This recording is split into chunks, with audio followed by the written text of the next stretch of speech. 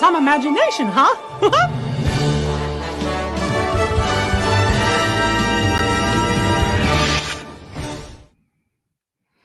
What is going on, everybody? Welcome to the season premiere of Open Mic Night. That's right, the regulars are back today on a new channel, sort of, as we are still broadcasting on the Jeff Meacham Network as well. We've got the West Coast professor, Jeff Meacham. We've got James Hebert. We've got the simple man, Noah Foster. And we have a very special guest coming into the studio today. We've got the lovely Miss Jessi Davin coming in to talk about her latest article that she wrote. Thank you for having me. I'm glad to be here to talk about it. Absolutely, absolutely. It's good that we have you here because, man, it's timing of the essence probably right now, especially the day after All Out with all the craziness that happened. So again, very, very appreciative that you're on with us tonight for sure. I'm glad to be here. A good Buckeye win, as Josh says.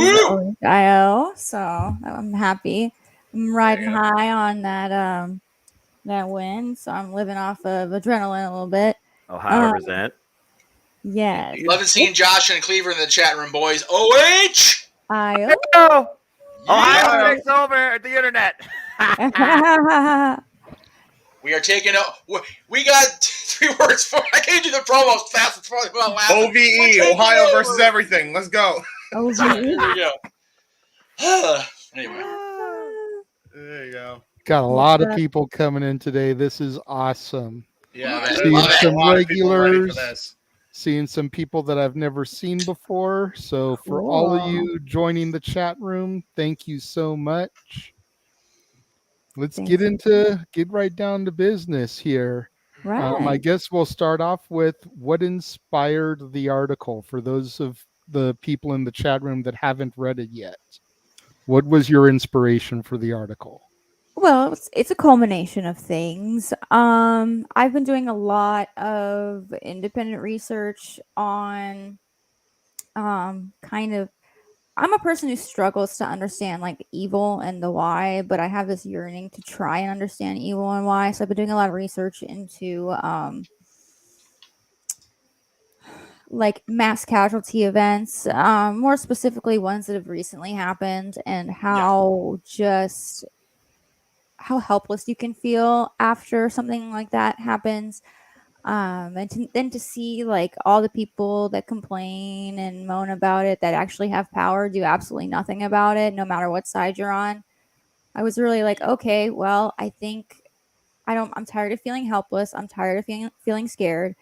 What I can do is become aware, become a person that can help change the community that I live in and the communities that I associate with for the better. So on top of doing all of this research and reading, studies and books and things like that on kind of the dangers of technology and the role that technology can play in this stuff. Yep. I've been relentlessly harassed. I've been stalked. I've had to go to court.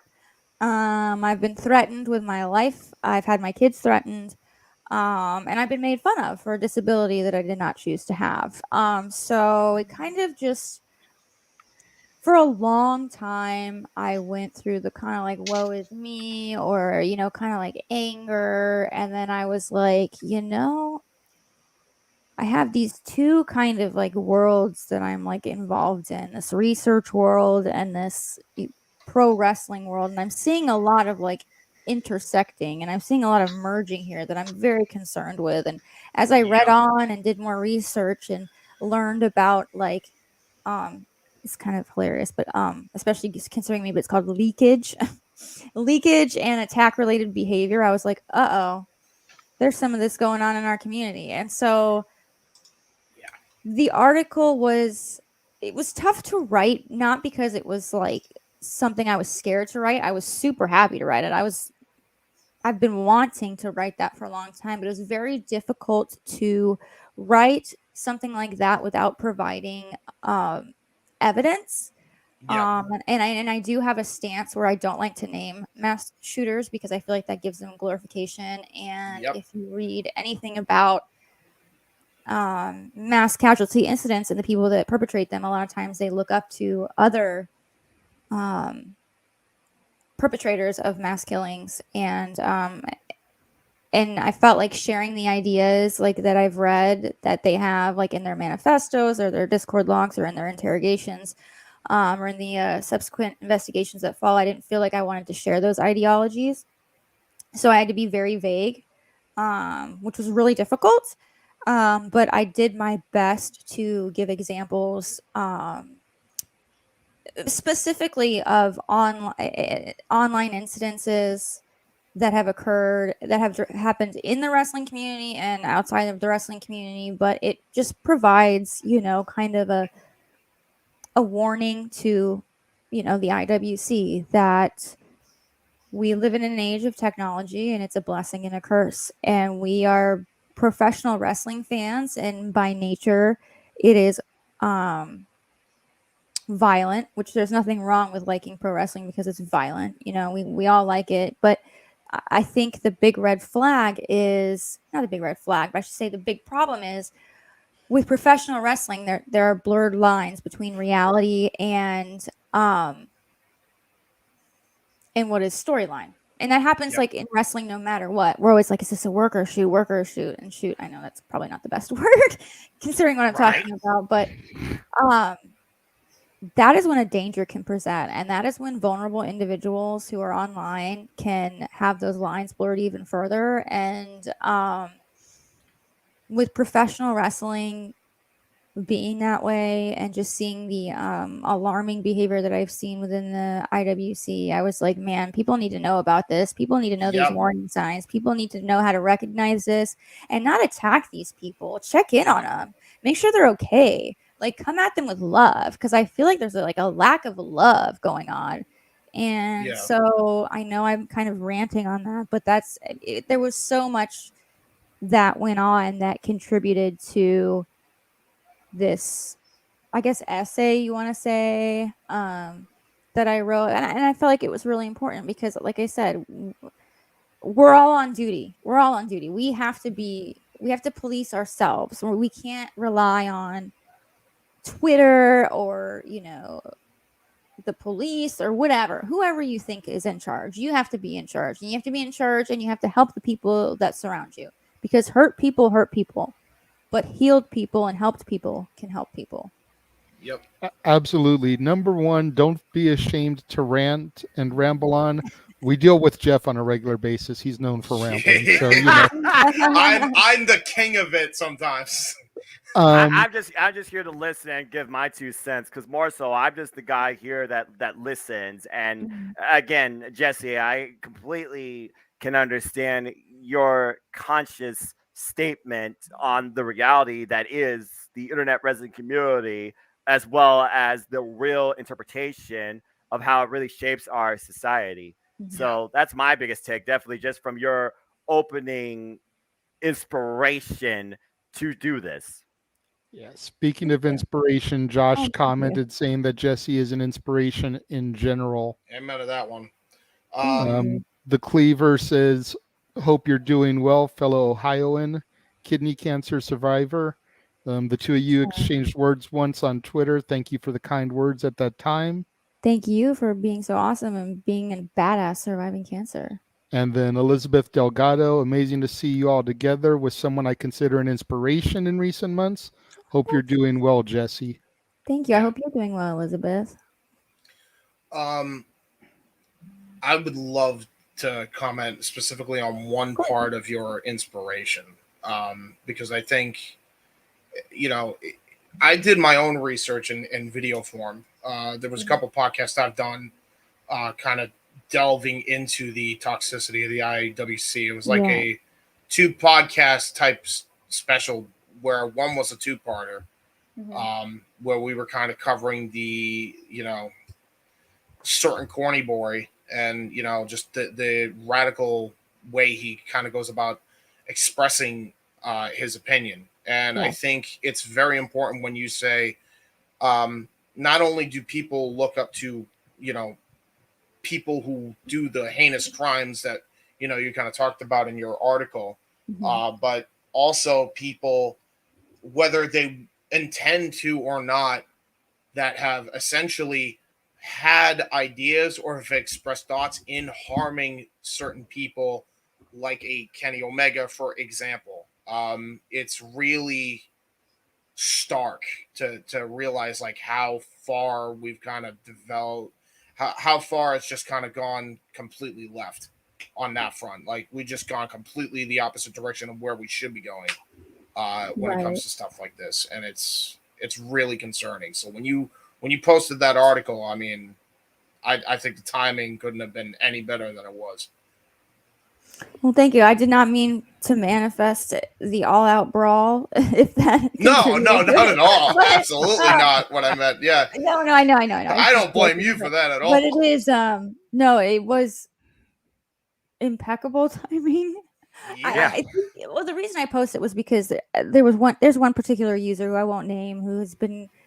I was reading this book and I was like, oh my god! I was like, this person's showing all of these signs of like someone who's going to do this. I was telling my friends like, we need to call the FBI and stuff like that. I was like, I need to get this out now, and so I posted it like, I think, right after the all out thing. I think it was probably because I don't remember, but yeah, it's just I was like, this needs to be heard because I felt like that was just kind of the straw that broke the camel's back. You know what I mean?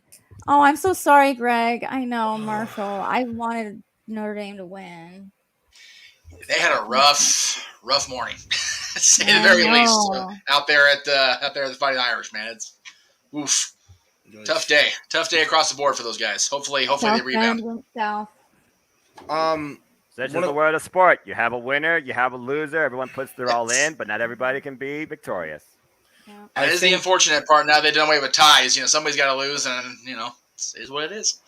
One of the reasons I reached out to you, by the way, and the reason I wanted to have you on is because you were exactly what you said. Because you were so, you had to be so vague and you had to be so diplomatic. Which, by the way, I think all of us absolutely can appreciate you being as diplomatic as you were. But I also understand that at the end of the day, and you even said it, people are people, right?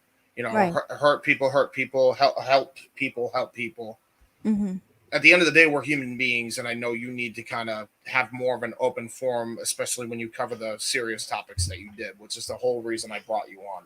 Because I think you deserve a voice that's going to let you kind of just go and free flow. Like, that's basically what this show has been for me. I know it's been that way for Noah and JJ, especially for Jeff, since he started it with us.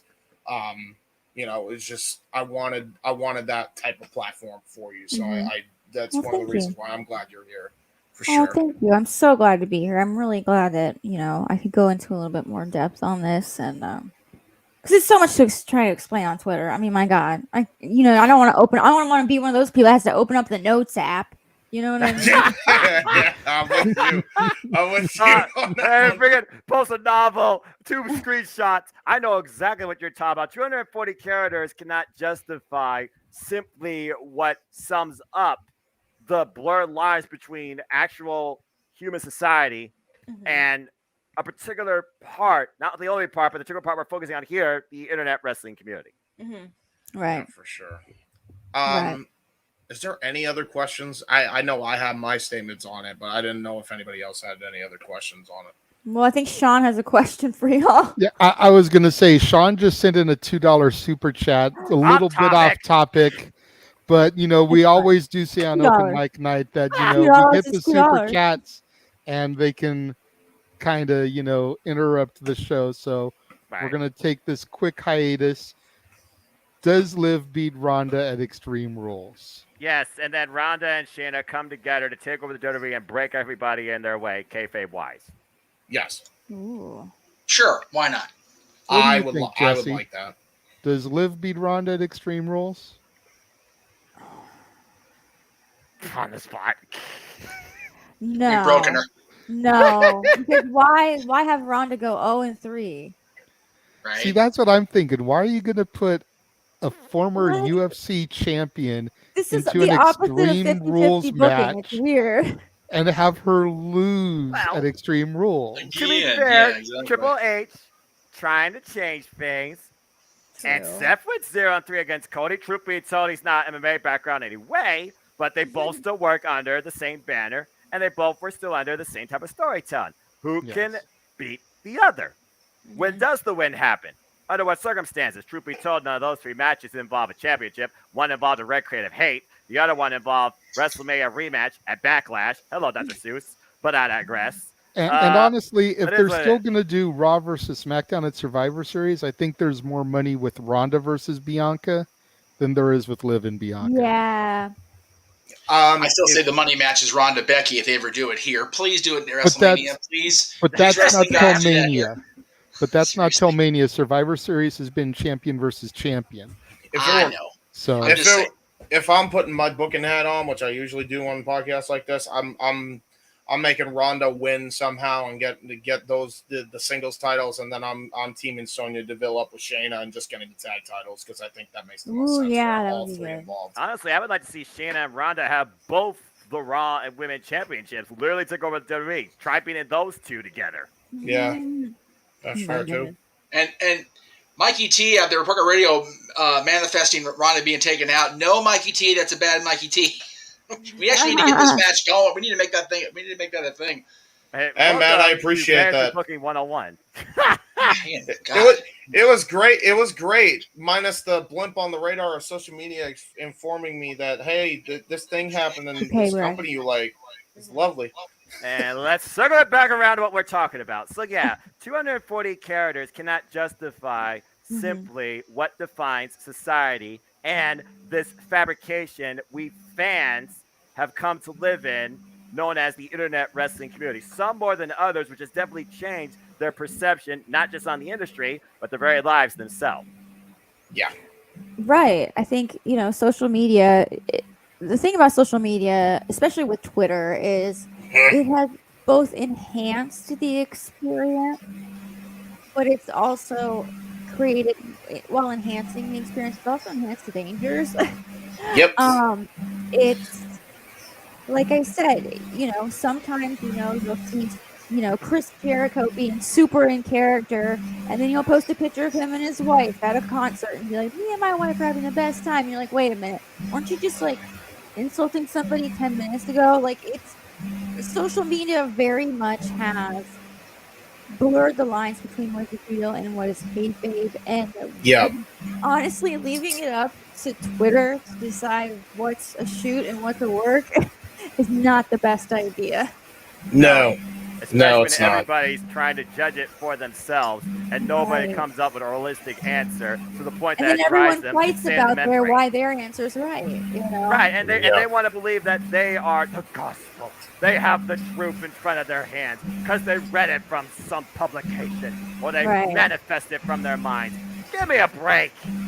Right. Twitter is simply opinion. People are simply a statement. Nothing is truth unless it's directly from the very person themselves. And you can't simply trust what you read on the internet. No, that's why Wikipedia is not considered a scholarly source, because Thank you. anybody can, put anything on there. It's up to you to click the little number at the top of a statement and go read the source and see if that is actually what it says in the first place. Right. You have to be your own information advocate, especially on social media, and people don't realize that because they don't want to. They just want social media to be an escape.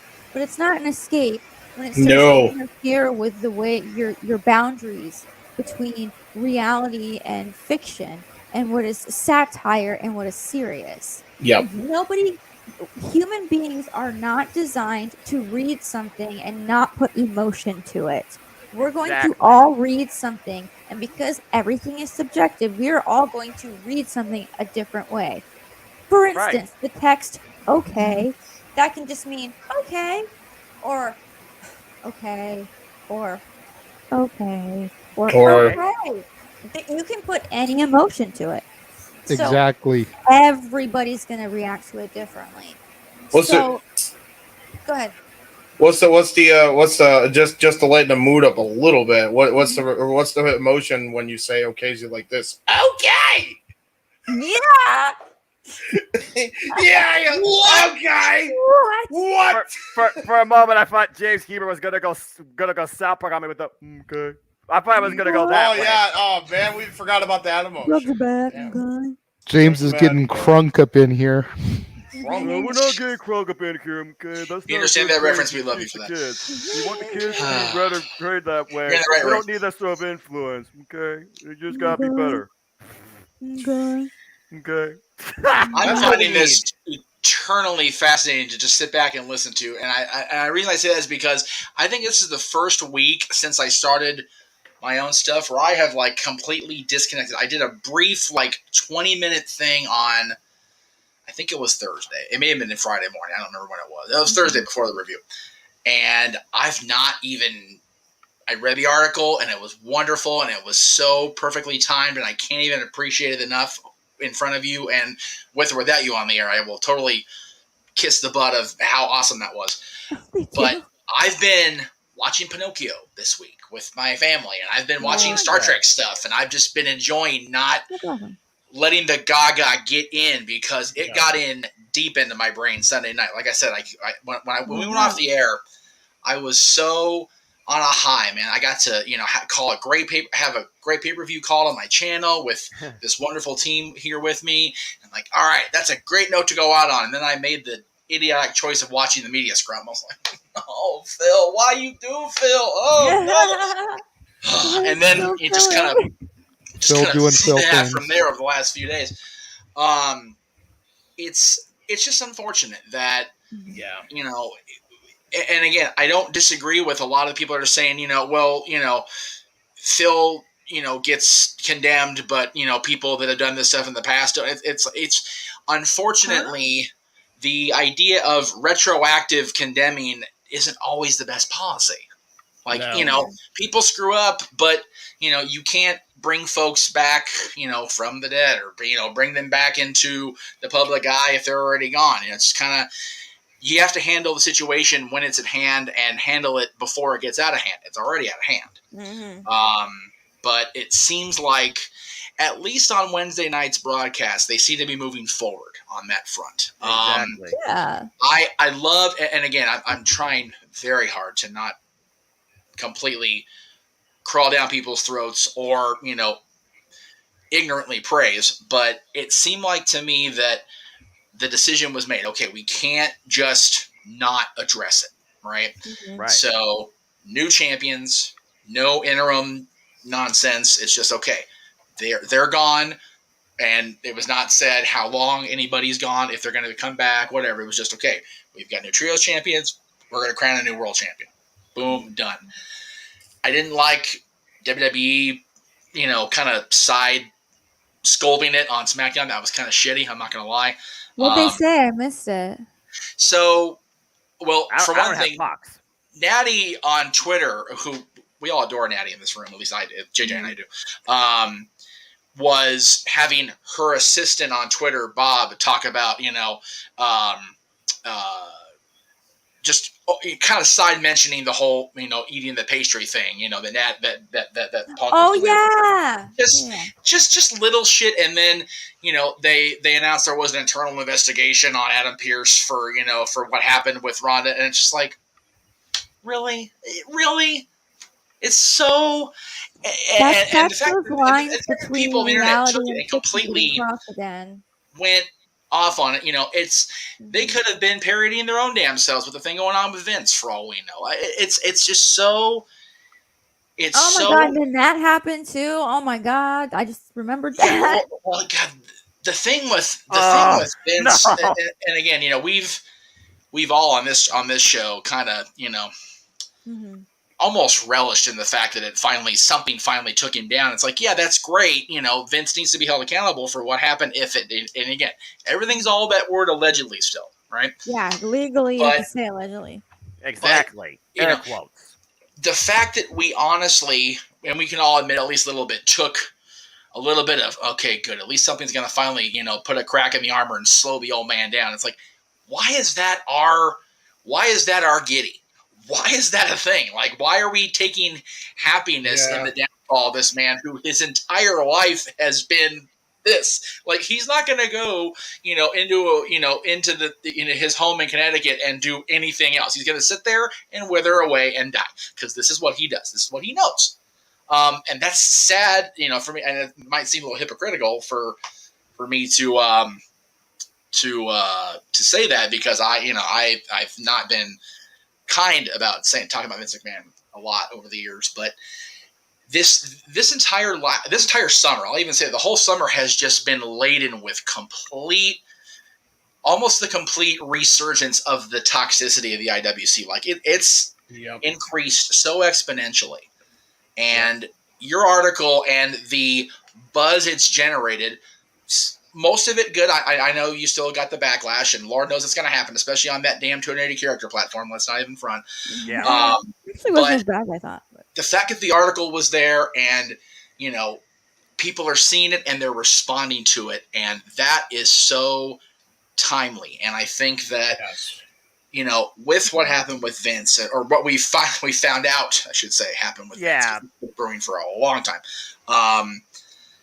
People being allowed to see the inside of a wrestling industry. Mm-hmm. And again, Twitter, social media is the best and worst thing that ever happened to professional wrestling. Exactly. I've said that for years. Social media, period, but especially Twitter. Being able to see exactly what CM Punk was really about and not that glossy, made up for Chicago TV pretty filter he got a year ago. Because he went and sat at that table, and that was straight up Phil being pissy. Like, that's just what it was. And whether we agree with him and his reasons for being pissy or not, they finally broke in all the walls and was like, all right, look, I'm old, I'm tired, I work with fucking children. It's like, well, yeah, Phil, you do.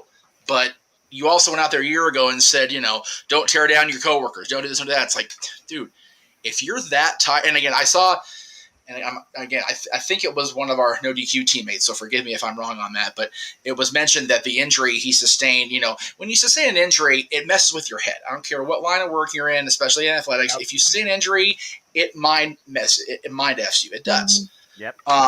So that could be part of it. But again, that I said it on either Sunday night or Monday morning. That starts at the top. If you've got talent who is at least kind of outwardly expressing that, you're not going to have a good situation, you as the boss need to, you go sit over there until you cool down, go have a water, have a Pepsi or whatever you need to do. There you go. Yeah. Or whatever the hell you were drinking on that damn table. Yeah. He was mad to say Coke instead of Pepsi. I saw your tweet saying, what if he was mad because he was hangry? You know what? I mean, he wasn't page straight. He just had a war with John Moxley. When you get to be ages like Moxley and I'm even in that age. God, I hate that I'm up there in the age bracket myself. You get hangry. Shit happens. Get a Snickers for real. I mean, really. I almost did the whole Snickers ad overlay on it, but I didn't want to fuel the fire. You know what I mean? Because people can't take a joke. So. You know what, Jeff? You just so wonderfully explained your feelings and how you feel about that, and how Phil, CM Punk leaving the ring and then Phil entering that press conference, how that upsets you and why you feel it should upset. Here's the thing. Because it's pro wrestling,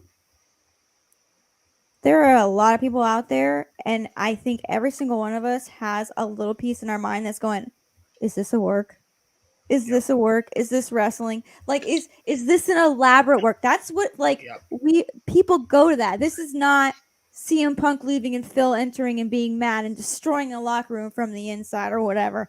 This is an elaborate storyline. Right. For ratings. Almost everything feels like a storyline anymore when it comes to this happened and insert wrestling here. Right. Well, it's again, we've been so conditioned, and I'm not blaming this specific person. Please do not send me heat tweets, Glenn or Conan or whoever, but we've been so conditioned in the Russo era to believe everything we're seeing is bullshit. Right. Yeah. Like we're being Right. smoked smoke screen one way or the other. So we don't know how to Yep. filter. But from the other side of that, us being, doing what we do every single week, every single night, sometimes, the week, if you're on No DQ or on this channel for a while, the burden of knowledge is a mucker fudder. It's the worst. And, again, Jess, you have friends in the AW locker room. And I know I have friends that have, I've been friends with for 20 years or more that work for that company. And you hear stuff and it's like, I don't want to know that, but okay, cool. Yeah. And then, when we come on here, it's just like, oh, the company's just and again, part of what Punk said was not wrong. You've got guys that were running, even though it got as big as it has become and is still going, strong-ish. I think they could guys are running a glorified indie company for the last 20 years. Though. Let's be real. The Young Bucks could totally manage a Target. They could. I've seen it. I know they can. And considering, where they originate. That's the one thing I had concern with that. I was like, they could totally run a Target. What are you talking about? They can run anything. You kidding me? Seriously. You put Young Bucks on something and boom, it's an instant seller. There were two things. There were two things that Punk said that didn't make me completely violently ill. The one was flat out mentioning that a lot of this is they're trying to run AEW like PWG. And JJ and I can speak from experience. Not the way to go. At all. Oh, no. He said that? I didn't see that part. Well, Punk mentioned the Bucks without saying their names and also mentioned the city of Reseda, which is where PWG ran for years. Yeah. So that was what that comment meant, by the way. The other thing was him shitting on the Pittsburgh Penguins. I am here for that all day. I'm okay with that. I popped for that. Everybody from Pittsburgh is pissed. Well, of course they are. Of course they are. But being a LA Kings season ticket holder all my life, it's like, yeah, you can shit on Cross. That's fine. Go ahead and sit the kid. That's okay.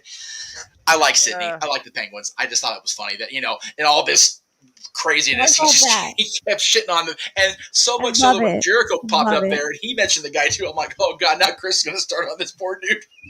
So the domino effect waiting to happen. He didn't though, because Chris recognizes that the league is awesome right now, so it's okay. He's been involved with hockey his whole life too because of his dad. But other than that, it was just a mess, and it was very disheartening to the point where I was very upset, and I had somebody mention to me in the car Wednesday night going down to Hollywood. My buddy Travis was like, nobody's talking about WWE's post conference, like it's because nobody went out of line, did anything stupid. As far as we know, or so reported. Triple H went to that podium. So what he said, my dad's favorite phrase: state your name, state your business. Yes. Triple H went up there, shilled about the company, promoted the show the next night, talked about bringing Bad Bunny back in. Oh, whoops, I wasn't supposed to say anything, but he did. Just little things. So Vince-like. So good. Roman went up there and did Roman things. Said one thing and walked out. It's like, that's what you do. Yep. You get people to like, fine, not react like the media did in Chicago. Yeah. New Japan as well. New Japan honestly, I think has been, and again, this goes back to Tony and AEW trying to take all the best things from everybody and do it on their own platform. New Japan's done press conferences for years, but if they ever get out of hand, it's because they're supposed to. Right, they're very scripted. Or they're at least bullet pointed. No. I don't mean the promos. I mean the actual layout of the conference itself, right? Like Hogan going out there in 2003 with the bloody face after having that match and Jarrett whacking the guitar. That was supposed to lead to where it was, and it didn't because Hogan went back and started. Hogan pulled a Hogan. Terry pulled a Bollea, Hogan pulled a Hogan, but also McMahon pulled a McMahon and threw more money at Hogan again. That's what happened there. And not the only time from the Hall of Fame back. But again, that was all meticulously, laid out. Whatever. Here's the problem with the AEW press conferences, right? Is you have, when you look at something like New Japan, things get out of hand there because well, these people are like probably, cutting, promos off the cuff quite a bit, and then, like you said, bullet points maybe. Backstage. They Yeah, are backstage. still in character. When you Yep. have an AEW press conference, you have a mixture of people that are going to be their character or their actual selves. And so you don't know when which. you have Keith Lee and Swerve come into the interview, kayfabe in character, and then you have people asking stupid questions that are very much not kayfabe to them. It makes no sense and it's ridiculous. But then you have, I don't know, someone else, and they're talking about Jericho came in and was a good mix of both. He was the only one that was a good mix of both. Jericho, to be fair, Jericho constantly does that. He even does that on commentary. Yeah, he's this character, but he still also gives you that other side of him that talks about the actual talent to push forward AEW. Mm-hmm. Yep. Yeah, he mentioned quite a bit between commentary and when he was at the media scrum. Some of the matches. Somebody asked him if he ever was talked about doing a Fozzy concert post AEW. It's like, dude, go on the Jericho cruise every freaking night. Yeah. all 3 nights, man. He's out there with Fozzy, and then he's out there wrestling. He didn't wrestle all 3 nights this last time, but he still does it. That's on my bucket list, by the way. One of these days, dude. Wait till 2024. I can probably go to that one. I can't go next year. You and me both, Noah. You and me both. Seriously, 2024, folks, make it happen.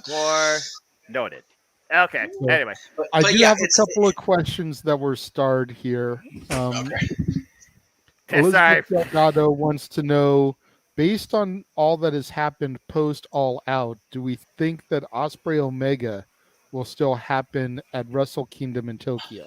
Well, the fact that it's only one night, I would not rule it out, because that to me screams semi-main event. This match is up there to feel as big as my favorite Wrestle Kingdom of all time, Wrestle Kingdom 12, which, Jessi, it had Omega versus Alpha, Kenny Omega and Chris Jericho. I can definitely see that happening at WrestleMania 17 next year. So, I remember reading that Kenny's contract is up in 4 months. Is that an accurate read? Really? I got I have no somebody. idea. What? If it is, I'm hearing he's not going to turn down the next WWE offer. So if he does that, I'm quitting. Right? That's the only thing that'll prevent Wrestle Kingdom 17 versus Ospreay is if he signs with WWE. Well, but he can also very easily say, hey, Hunter, can I sign in February? Though, and I respect that. Can I sign in February? Can I do this match? Because people have been talking about this match.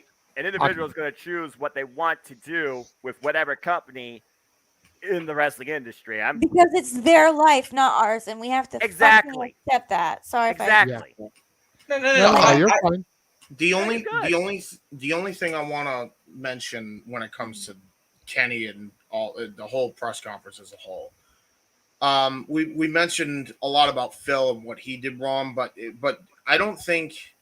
There's a lot that the Elite also screwed up on too. And I'm not talking about leading up to what happened. I'm talking about what happened after the damn press conference. Yes. There's a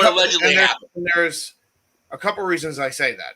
Because what we know is one of 2 options as of right now, unless something new completely just comes out of nowhere from Max, who was apparently a witness to this whole thing. Number 1, they walked in, and it was still 5 guys, and Punk felt threatened that there was even 5 guys recording him, probably for their BTE show, and he got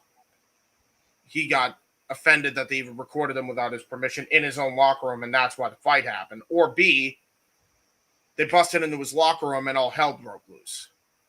I want to think it's the freaking former, but either one is just as bad. You're not one of the boys anymore. You are an EVP. You're supposed to act diplomatically when it comes to situations like that. Not go in there and try to film it for your freaking BTE show. That's like the complete wrong move, which allegedly is what happened. Okay, so, I was gonna say, make sure you throw that word in there because we don't know. Allegedly, that's what happened. Both are alleged. Right. And I will also say this because I did one of the things I did make a point about referencing on my little brief thing I did Thursday was the argument allegedly from Ace Steel was that he was, protecting his wife. So you protect your wife by throwing a chair across the room. That screams no. Yeah, that screams sus. Is what that's that's very Not even suspect. playing Among Us. And then again, the other thing we hear is that the Elite did go in there, looking to, calm it down. And apparently Kenny was the one that got Larry out of there, which thank God for that. But again, but again, she was allegedly there. Yeah. Josh, to come in. Question. Here's the thing, and I think, listening to everyone talk about this, and this is kind of like how I feel about backstage drama as a whole. Right. I am a stupid mark that doesn't know shit. MJF was right, okay? Yes. Thank you for saying that out loud. Listen, that's tremendous. Honestly, I'm not saying I'm like an AEW insider or anything, but even just going to the AEW heels get-togethers and meeting the female wrestlers there, right. You learn to like the people behind the character, and you learn that, kind of talking about all this stuff. I really have no idea what goes on backstage, No. And I wish more people could understand that, these are just rumors. And while we're sitting here discussing the rumors and saying, if it was this way, if it was that way, then here's what needs to happen. There are people who are like, oh, no way, that happened and this happened. It's like tabloids, you know what I mean? Right. Yeah. Right. It's all rumor because at the end of the day, none of us were there. But we like to think that we know or were there in a situation because how it is exposed in media. Right. Exactly. And you want to feel like, just because you may know somebody who works with the company or is backstage, how do you know they're not fabing you too? Right, exactly. Right. Exactly. Again, what is real? What is a work? Mm-hmm. It's one of those deals. I've tried very hard, and if I've ever strayed from this, Lord, I own it here and now at whatever the hell time it is right now. At 8:45 on a Saturday, I own it now. I have tried very hard to not propagate it out there until I hear from the people who were actually there, or there's some sort of pretty, cut and dry press release about something.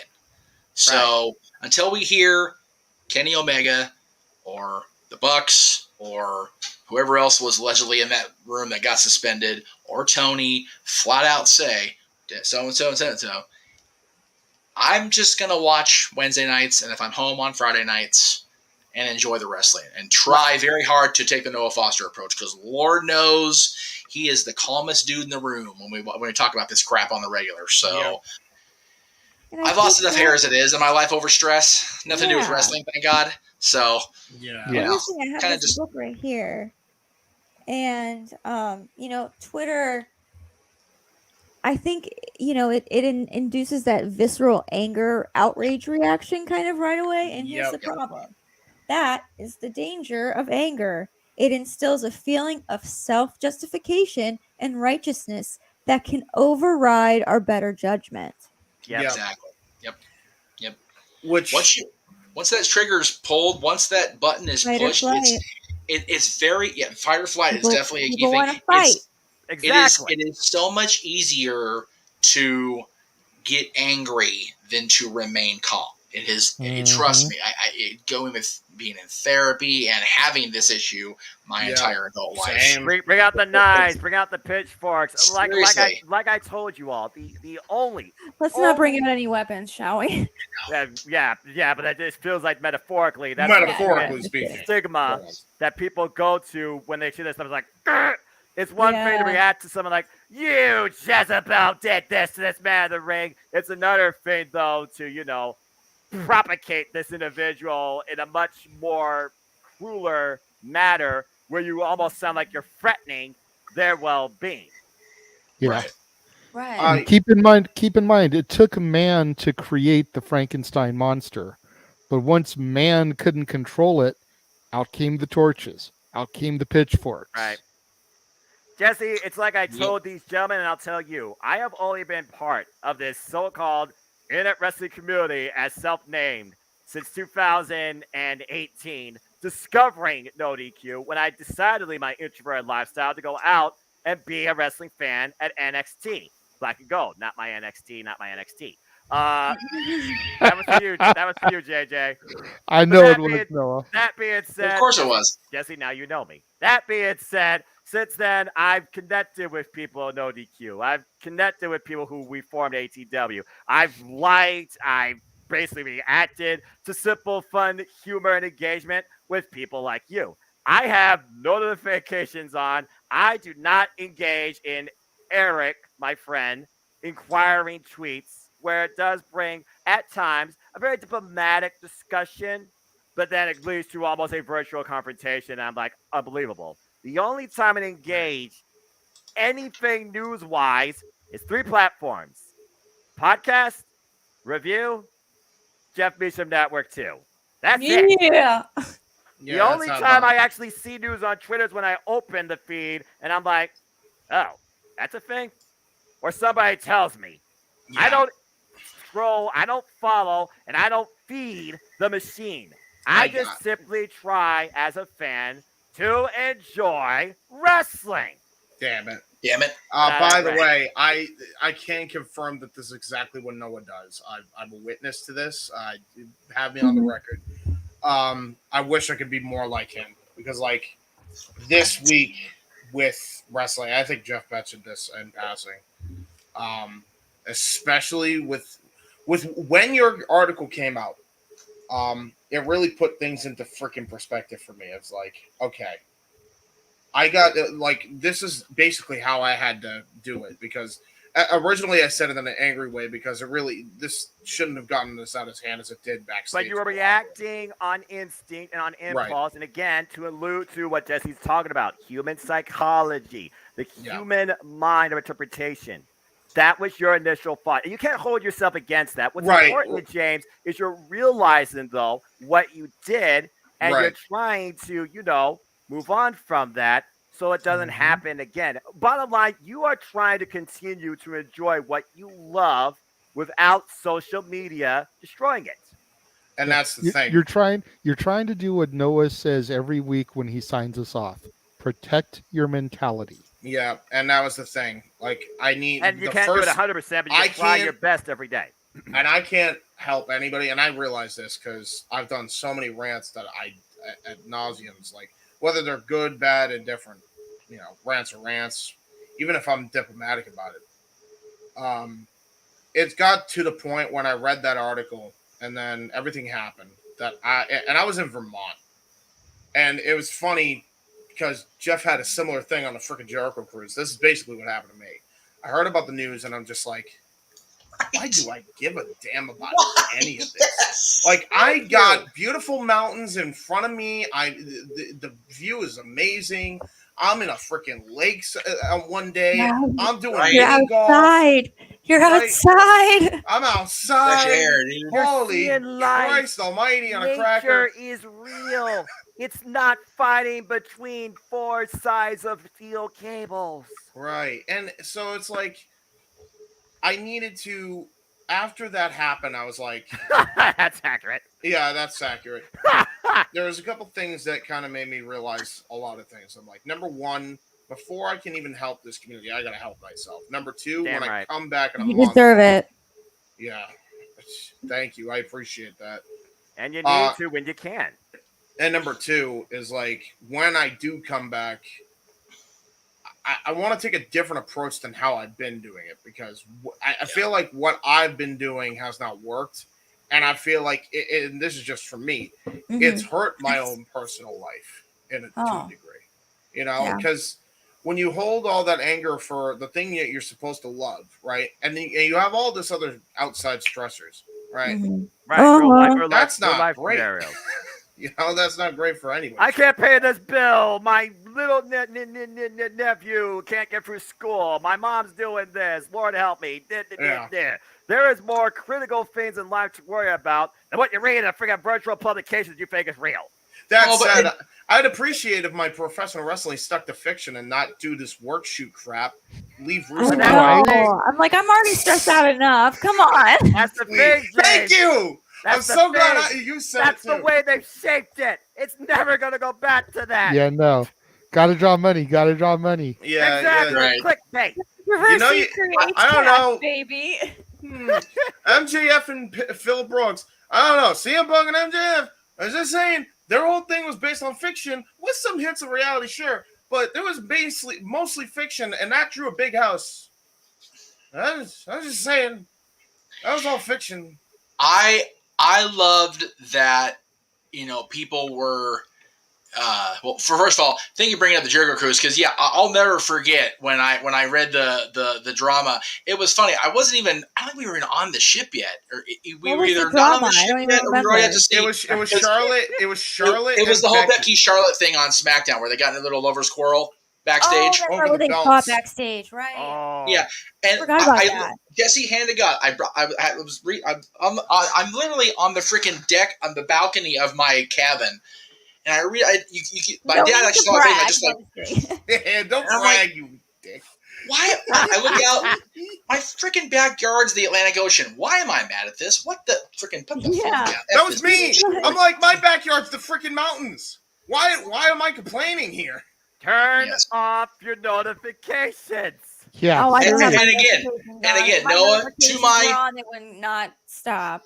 I have my weather notifications on. Right. Let's see. Yeah. Weather, email. I do have police scanner notifications though, so like anytime there's like a big incident, with all the freaking threats you've gotten on that I shithole site, I don't blame you one bit. That's different, Jesse. I believe that you need that. I respect that. That is a necessity, not a need.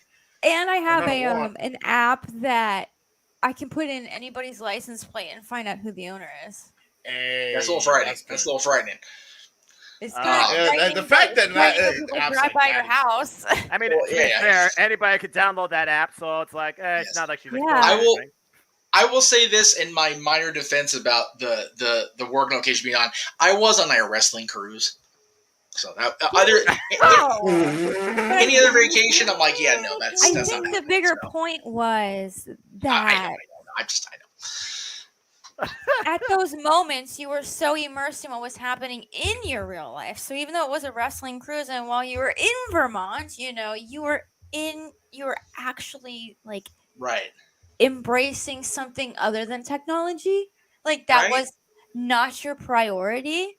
Right. Exactly. Because it's when you're on like something like that, or you're so like not disconnected, but when you're so in tune with nature, I want to say, or in tune with your physical environment around you. Right. That is when I feel like you can kind of go, you know what?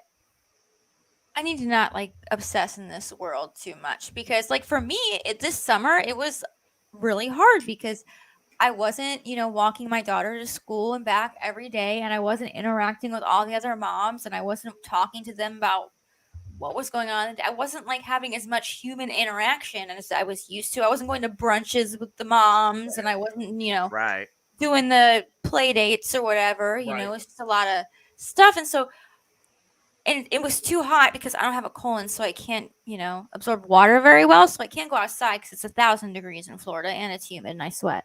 Good so I'm Lord stuck Almighty. Inside. Oh, it's so bad out here. Oh. And you get immersed in this like world, and then you're like, oh fuck, and then it just becomes your everything. And then you But here's the thing, with this tribalism, it's a very instinctual thing. Exactly. Thank God for football season. Yes. Which should help distract. Channel your tribalism elsewhere. The Green Bay Packers beat my team to hell with that. Yeah, put the tribalism into pro sports. Leave it out of pro wrestling.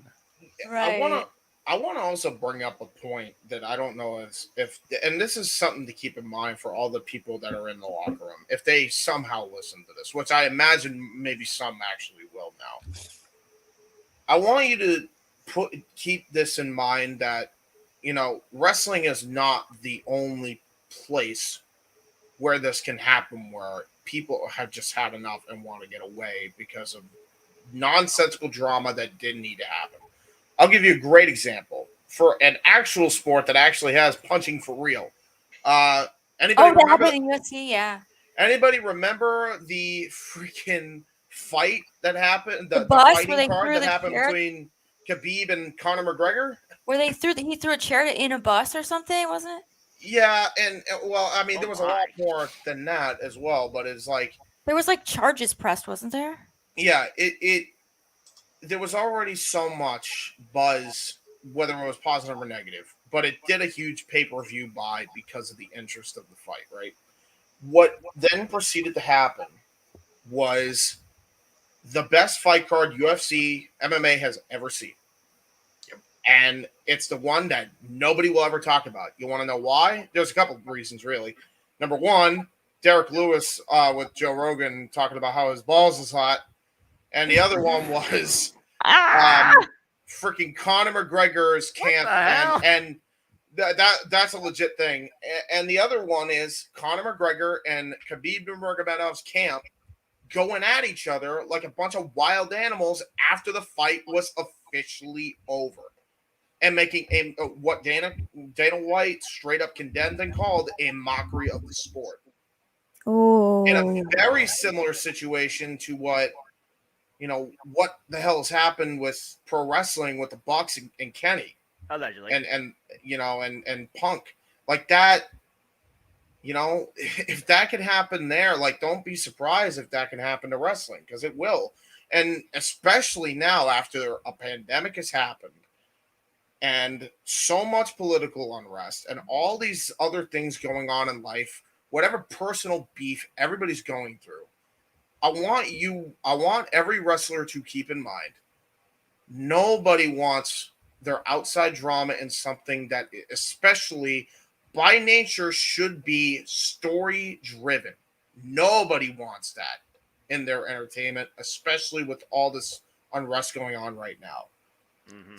Speaking of the unrest going on right now, Psycho Jet White had a question where he says that he sees AEW either folding or going way down in growth and overall presence in the next 1 to 2 years based off of what's happened this last week if it keeps going down the path that it's on. What do you guys think about that? It's funny you say that because Psycho Jet White also left a comment on my channel also saying the same thing, so I guess he definitely wanted to be acknowledged.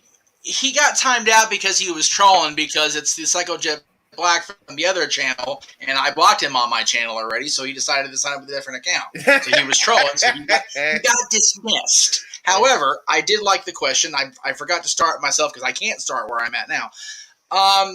It's funny that number was mentioned because Travis and I were talking in the car on the way down, and Travis is my buddy Travis, not Greg's buddy Travis, is so out of the hardcore fan loop these days. He mentioned 2 to 3 years. Yep. Again, based on what's gone down in the last year, and again, can't put everything on CM Punk. It's not just him. However, the cracks in the armor have definitely showed a lot more in the last 13 months. I can't even argue that. And then, like Josh says, the fact that Cody is in WWE, Omega wants to sign, and the Bucks have sent out feelers tells you what a 5-alarm fire Tony Khan is in. But to counter that, yes, Cody is there. I can't argue that. We saw him in WrestleMania. He tore his pec. We saw that. He's actually there. We've heard that Omega will sign a contract. We've been told that the Bucks sent out feelers. Did Matt and Nick say that? No. Okay. Not at all. And again, here's the thing. I'm not going to sit here and worry about stuff that A, I don't even know has happened, or B, don't know that's going to happen. What I can do is, say, yeah, that whole thing sucks, but let's hope they learn and grow from it. Whatever happened. Like, I'm not going to worry about it. Yes. Yeah. I'm not forward. Like, that, and that's the thing. Like, and it's that whole anger and that fear, that fight or flight response. It's literally fight or flight. You want to fight. That's like your human instinct, And I'm not even saying this about like the companies as a whole. And to answer the question, I don't know, because I can't tell the future. But that opinion is your opinion, and you are more than allowed to have it. I will not sit Absolutely. here and degrade you for concluding that based on things that have happened and your perception of them. I won't. There's the word perception. Yep. Everything that is being said here tonight is based on our perception of a what if or a response to a question. Nothing is literally. Oh, guys, it's midnight on 9/11. Oh my God. Oh boy. Well, Yep. I'm going to shut up because I think it's only fitting right now because. Well, we had a 10 bell 5 a.m. salute for sure. Or 8 You got that 10 bell Sorry, I salute just had to still, give like a moment of silence and, you know. No, you're Yeah, good. yeah. You're good. I wish we had a 10 bell salute, to be fair. It's jeez. Yeah, you don't have to worry about it, Jeff. Don't worry about it. No. Well, you have to remember, I'm the just- one running things. I'm the one running the production table now. That is true.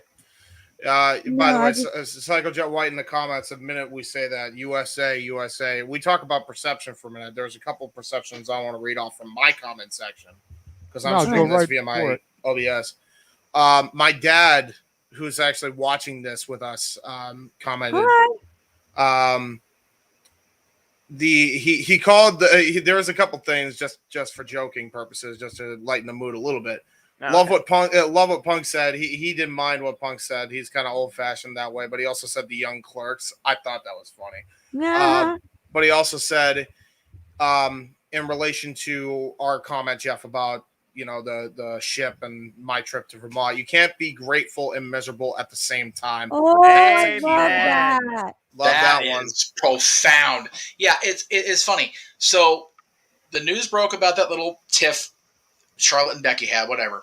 That was the first night we were fully out to sea because it was we were on the ship because it was SmackDown Friday.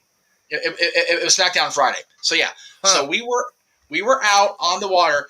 I put the phone down for a few minutes to go change into proper attire of where I was going.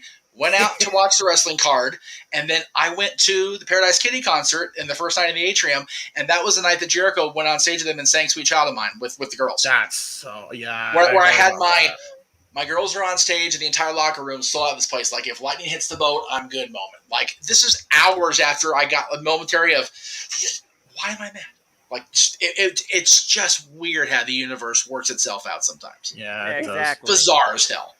Again, like I said, I watch wrestling. I could be tired, pissed. I could be in a whole different state of mind. But as soon as I see that thing on my screen, I'm better. This is my happiness. This is what I've enjoyed since 1992. First seeing the British Bulldog and Bret the Hitman Hart. This is what I've lived, eat, slept, and breathed by in my worst of times. When I nearly lost my family, my house at one point. Wrestling has always been there for me, despite its controversy. And the controversy has been there since as long as I've been alive. Right. And I think that is such an important point to make. And I feel like, and I kind of go into this in the conclusion, is we have to remember, and Dave LaGreca talks about this all the time.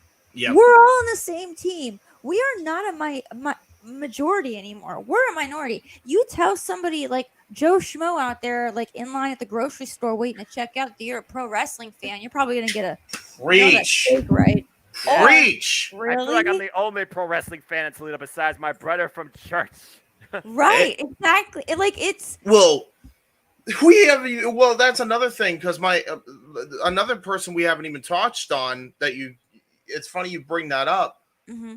One of the people is one of us that's running AEW, Tony Khan. My dad even said, like, I think the owner learned his lesson about communicating better. That's a thing we also have to mention. Like, communication is key, and it doesn't matter what business. It doesn't matter what approach. We are all flawed in it and constantly need to work at being better at it. Mm-hmm. One thing I took away from Wednesday's Dynamite, and we'll try to reel it back in here a little bit. After the announcements went down about Vince's indiscretions, shall we say, allegedly, he was out on TV every week putting himself out there just because he could, in front of the crowd, puffing that big Vince chest out. But Tony left the first live show after he done let that happen. He was on camera, but he didn't go out in front of the crowd. And he got himself cleaned up from how he looked Sunday. That shows me that Tony learned and Tony grew from that god-awful, horrendous experience of Sunday night. Right. And that's what gives me hope, Jess, more than anything else about the future of the company. The fact that Tony immediately realized, I done fucked up here.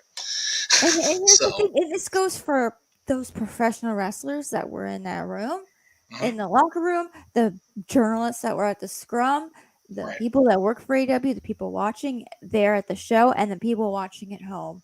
We are all invested in this no matter at what capacity, because wrestling does something for us. It makes us feel. And typically, since we've stuck around for so long, usually that means it makes us feel pretty good. Yeah. We can all connect on the point that professional wrestling brings us joy. We can differentiate and agree to disagree on what aspects and what companies make us happy. But at the end of the day, it's professional wrestling and we all love it. We're here because we care, and we're losing sight of that. We're losing sight of the fact that we can agree to disagree, that it is subjective. It is, that makes it beautiful. Because everyone has a different opinion. If everyone had the same opinion, things wouldn't be exciting. There would be no need for AEW. It could just be WWE all the time, because it would just satisfy every single need. Right, exactly. The fact that it is so universally connected, but so defined differently across the entire landscape, the entire world, makes wrestling special. John Moxley said, selling his book, wrestling gives you a little bit of literally everything, and it literally can connect to anyone on anything. It is the most universal platform of entertainment. Even if you don't watch the product, you know somehow what you are watching or can interpret is somehow connected back to wrestling. Yep. Right. Sorry, I missed all of that. My Wi-Fi just decided to crap the hell out. I have I don't know what happened. I tried to salvage Well, basically what happened was I just kind of said that preach the gospel of wrestling. That's what you did. Yeah, like no matter what form, like what part you play in professional wrestling, whether that be a boss, a professional wrestler, or a fan, we are all here because we love it, and it does something for us, and it makes us feel. And I feel like it's okay to, like, if we could all just agree to disagree every once in a while, oh my God, things would be so much better. Exactly. That's why literally I only go on Twitter and be like, hello, good morning. Or I turn into a commentary and be like, this happened, my God. Josh, to address your comment, and I'll go ahead, if JJ wants to put it up, that's fine. Yes, Tony got booed. We knew that was going to happen. We knew that was going to happen, right? That was fait accompli. But the fact that he hasn't learned. Okay. There has not been one tweet out of his account since he tweeted about the tag team championship match with the Acclaimed versus Swerve in Our Glory that has not been promotional or commenting on what was going on TV in the moment. So, yes, Tony has learned. He's not just at everything like a lot of us do, right? Yeah. So, I think Tony has learned. And I think that hopefully that will continue. Now, again, I said at the top when I started my 6-hour rant earlier, immediate crowning of New Trios champions, didn't even bat an eye about taking the Bucks and going, yep, nope, you guys need to sit on timeout for a second, and Kenny, and said they were going to crown a new world champion. Everybody that allegedly screwed up Sunday night either lost their championships or lost their position of power, even temporarily, for suspension. That shows me that, yes, he allowed shit to get sideways Sunday night. But he did not pick sides. He didn't pick sides, number one. And number two, he also realized how shit got sideways in a quick enough fashion where he went, okay, I need to fix like, this. Seriously, as much as I love me some Kenny Omega, and as much as I love the Young Bucks, like, and trust me, I love Kenny Omega. Like, y'all don't even We know you do. Oh, yeah. I got a person that might challenge you, Jessi. Hello, Alicia. Right. But I think it made sense because I feel like if they would have only, well, for one, I was like, well, they have to suspend people because they just suspended Eddie Kingston and he threw a punch. So it's like if you don't suspend anybody, then what the fuck does that mean for Eddie Kingston? It So makes it's like, you have you know the what? inmates run the asylum. And here's the thing. It makes sense. You don't want people that were just allegedly, no matter what, involved in an altercation, meeting back up again. That is like the worst thing you could do. Yep. And it makes sense for them to be apart while there's an independent investigation going on. The best thing for everybody involved was to go back to their houses, be it out here in Rancho Cucamonga or Kenny in North Carolina, where the hell he lives now, any of those places. Go pet and his just cats. sit Go down. pet his cats. Pet my cat, please. Exactly. And just sit down and just breathe for a week, 2 weeks, whatever. And like you encouraged, like James and I talked about, get away from this shit for a couple weeks and just detox. Exactly. Right. You need it because I know I need it. You need to realize your breaking point before you actually hit it. Yes, you have to be self-aware and you have to be willing to self-accept. Yep. There are like, for me, it's just, I don't know. It gets easier. It gets easier to like, just, I don't know. Maybe it's because I feel like after I turned 30, I just kind of like stopped caring. I don't know what it is about turning 30, but I was just kind of like, you know what? I'm almost to that point. I'm almost to that point. 27. Yeah. Fist bump to that. I'm 30 years old too. Yeah, I'm 33. About 27 on the 29th. I turned 46 last month. Y'all have. But seriously, like, I don't know. But, and here's the thing. Taking a break is so healthy and it's so good for you and everybody needs it. You need to recharge your own batteries, you know? Yeah. You have to do that. But one of the things that a lot of people have said to me after, I kind of came out with this whole kind of essay thing, they were like, well, just log off. Okay, just log off. It's not that easy for you. I would love, in fact, let her have the floor. I want her to explain why for people who don't understand. Right. All right. Here's the thing. As much as I love to take breaks, and I often do, that doesn't stop people from still screenshotting my tweets and threatening me and trying to campaign to get my kids taken away from me because I have a medical marijuana card. It doesn't make people stop actively trying to take down a GoFundMe. It didn't stop somebody who is in a state mental health facility for being found legally not competent to stand trial for arson, find my phone number, find my address, and send me letters claiming that my child was his because the government said so. Yeah. That didn't stop him from doing that, no matter how much of a break I took. I am still at risk. And you know what sucks is if I'm off social media, then I can't see the threat happening. I have to be aware. As much as I love taking breaks, me taking a break does not stop people from talking shit. Like, me taking a break will not stop that. You know? Of course Just like when CM Punk was out, people were still talking shit. When MJF was out, people were still talking shit. Just because they go away doesn't mean the talk does. So yes, while I can take a break from it, I still have in the back of my mind that there was a literal crazed guy who 3 days before I gave birth to my second child, I had to go to court and testify and say what this guy did and have him cross-examine me on the phone from a mental institution. That's crazy. It was awful. That's awful. It is awful. And it was scary to keep getting letters. And I was like, how the fuck did you find my address? Right. Oh, you can look it up. I'm like, you're in a state mental health. That's besides the point. Right. That people need to understand where I'm coming from on that. Like, and everybody else. Like, I'm sure anyone else who's been on Twitter and takes a break goes, oh gosh, I hope they're not talking about me, or I hope they're not saying things about me behind my back, because you as soon as you log in, you're gonna be into the shitstorm, and that's not cool. It's not cool. And the sad part is like you mentioned that, and what happens that's just with wrestling fans. You want to know what the hell happens with actual wrestlers? Go check out my 2-part series. On this subject, because look what happened to Sonya Deville. We cover Danielson and what happened to Bryan Danielson. Right. Danielson, this is I think months prior to his AEW debut. I think it might have been a month out, and there were rumors and speculation by this point that he was even going to be there. Right?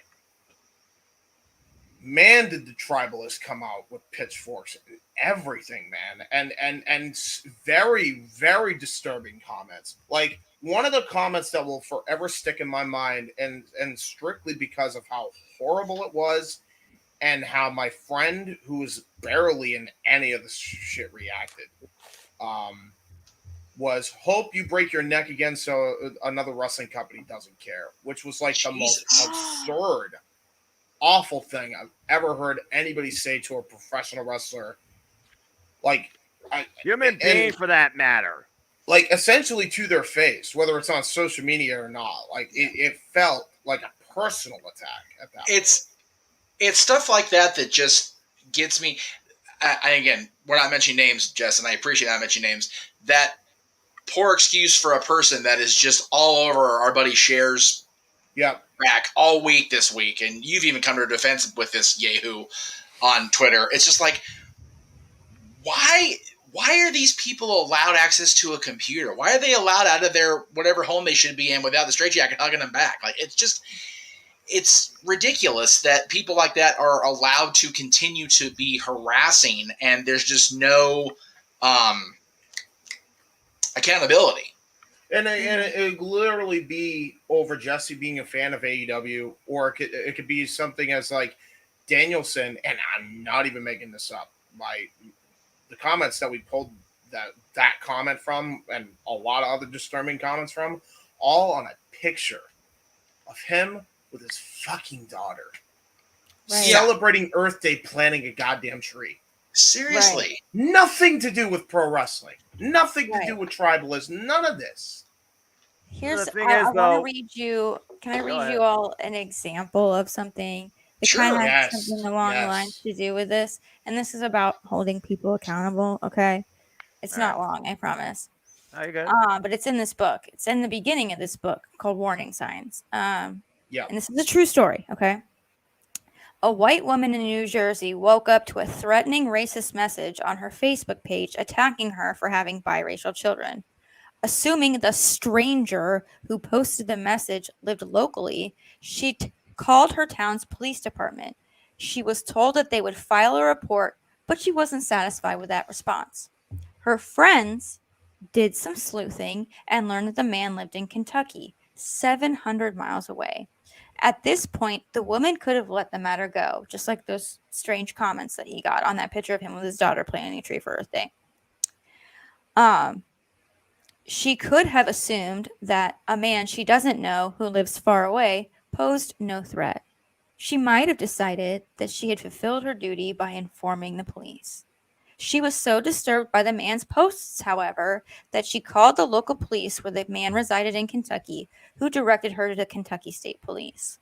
Yep. The state police checked their database and saw that this man had been investigated by the FBI a few months previously for allegedly threatening to commit a school in Tennessee. Oh, yep. Lord. The next day, the FBI and state police converged on the man's home just as he was pulling out of his driveway with an AR-15, 200 rounds of ammunition, body armor, and plans to commit the worst school in modern history. He was arrested and now is serving 10 years, all because a woman persisted in making sure that someone took her concerns seriously. Yep. It starts with one. And only takes one. And I bring that up because, like, I'm not even kidding when I say this, and this is what a lot of wrestlers need to understand. You need to take wrestlers' advice that stay off social media, and wrestling fans that stay off social media seriously, or have notifications off, because it doesn't help being on that all the damn time. Exactly. And I'm telling you this right now, I have no friends of mine that have been hardcore wrestling fans. I've known friends of mine who have been casual. Both agree with the sentiment that they want, because of all this online beef and online drama and all this tribalism and all this crap that goes on in this community, to the point where it's just downright unhealthy, to the point where you're leaving comments like on a wholesome photo like freaking tree planting. You know, people have literally left. My friend John left. Mike, both the Mikes left. want nothing a part of it again, really, on a full-time freaking basis, and it's doing more harm than good, which is why it infuriates me that But we can Triple change H, that. yeah, exactly, which is why it infuriates me that Paul Levesque said what he said. And I understand that. I understand that they came at him first. I understand all that. And keep in mind, the person who really started firing the first shot is in the same very same company, but that's neither here nor there. He's there and talking about how AEW beat our developmental brand. Good for them, acting petty himself. Mm-hmm. You're just adding fuel to the fire, dude. Like this isn't 1998 anymore. This isn't freaking even 1985. 2022. People have access to way more information, and they have it at a rapid rate. We are constantly being fed information 24/7. We're back. Everyone's like, oh, well, back in the Attitude Era, it was just as bad online. Yeah, No, but back in was the not. Attitude Era, you had to log off the internet so that your mom could make a phone call to her sister. Like, you had to disconnect from the internet. The internet was not a 24/7 thing. You weren't engulfed in it. You could send a letter, you could read a magazine, but it basically went to that. Now you can get involved 24/7, immerse yourself into all sorts of communities. And they can be extremely harmful, and they can be extremely radicalizing. And it's dangerous because it continues to feed these people in their own echo chamber, because they don't have to go outside anymore. They don't have to be involved in anything. You can work remote from home. You can, have your groceries delivered. You can have all your food delivered. You don't have to leave your house. Yeah. You don't. And you can just sit and consume all day. And that's the problem. That's the problem.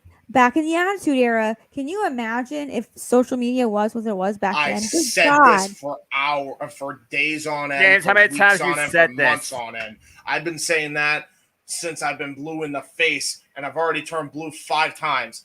I've said that so many times on this show, on my shows, every freaking time I could.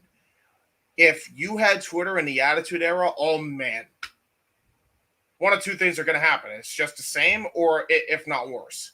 It probably would collapse from within, because again, that back then it was a different time, but you still wonder how much people might have really been, as you alluded to, Jessi, just turned by that type of source and that type of volatile nature back then, especially what they were showing on both platforms, which only further enhanced probably that behavior with the freedom of a keyboard. Right. Yeah. And I'm so sorry, Elizabeth, that happened. Yeah, seriously, Liz, I'm very sorry. But I really, for the record, if this is triggering anybody, we do apologize. Like, that's not what the intention of this was. Obviously, no, not the intention at all. And I am also. This is real talk, and I'm not trying to put a accusation. Yeah. I mean, you're not alone. Your feelings are valid, and I'm sorry. Let's bring that up. And I think there are still people like that. And here's the thing. And I was kind of talking about this off stream, and the guys will know. Our perception, I think our problem is our perception of what an evil person looks like. It has an almost clownish, cartoonish kind of image. Here's the thing. These people online that are trolls, they could be your neighbor. They could be a successful businessman in a company. They could be a former journalist for a very large newspaper. Yep. They could be married with a kid and have a family, and you think they're dwelling in their mom's basement. They could be, these people harassing you could be mental health counselors. And they have been. Monsters are among us. Horrible people are among us. That's why we have to be the ones to be alert. We are the ones that have to call this shit out when it happens, and this is the reason why people need to be held accountable for serious stuff they say. Yep. Takes more than a block and report button too. It takes way more than that. Oh, by the way, just to lighten the mood up a little bit. You saw the monsters in Electrical too? Yeah. You saw them too? It's crazy. Yeah. I heard there was a party going down there. It's like Monsters Inc. down in that bitch. All right. This is not brought to you by Pixar, but okay. No. Oh, well, actually, technically, just Jeff. Doc got it. I mean, really. we need something to lighten the mood just a little bit. I get it. It's all good. I was always a Mike Wazowski fan, so I mean, I will say this to lighten the mood. CM Punk, if you're watching this, Phil, you introduced yourself to me as Phil, so I'm going to call you Phil because we shook hands and you said, "Hi, I'm Phil," and I went, "Hi, Phil," because I was so nervous. My man, you are straight edge. Do not get me wrong. I respect it. I appreciate it. I don't drink either, and I don't do recreational drugs. I do prescribed drugs. But Phil, Mr. Philip Brooks, please, for the love of God, ask your doctor about medical marijuana. I feel like that could help him so much, dude. Please smoke a fucking joint. Please chill the fuck out. You would be so much less angry. I promise you, it is not drugs, it's medicine. My man Phil, please, for the love of God, you need something, bro. Jesus. That's a testament, by the way, to a person from experience. Yes. That's why I support that. Because I will raise my non-straight edge glass to that too. Absolutely. There you go. Yes. For the record, I literally go to a doctor and I have a prescription. Yeah, for the record, my dad, in my comments, now that I'm finally back online and I have my little, tizzy online for a second. Most people don't realize when they're being the bad guy. I don't believe anyone wakes up twisting their mustache, and therein lies that. I think that's another thing that needs to be put. Well, James, basically, you're saying nobody's born evil.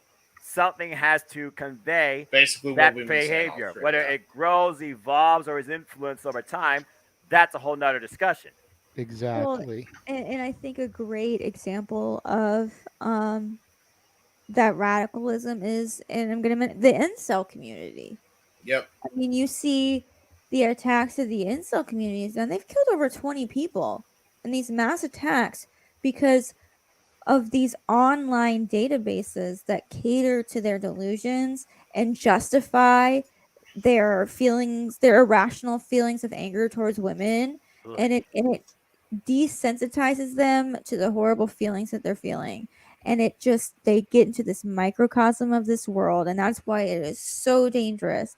The incel community is such a good example of a purely online community that started its existence as like a Reddit meme page called Forever Alone and spiraled into this we hate women and Stacy's and Chad's and Betas and Supreme Gentlemen's and all this bullshit.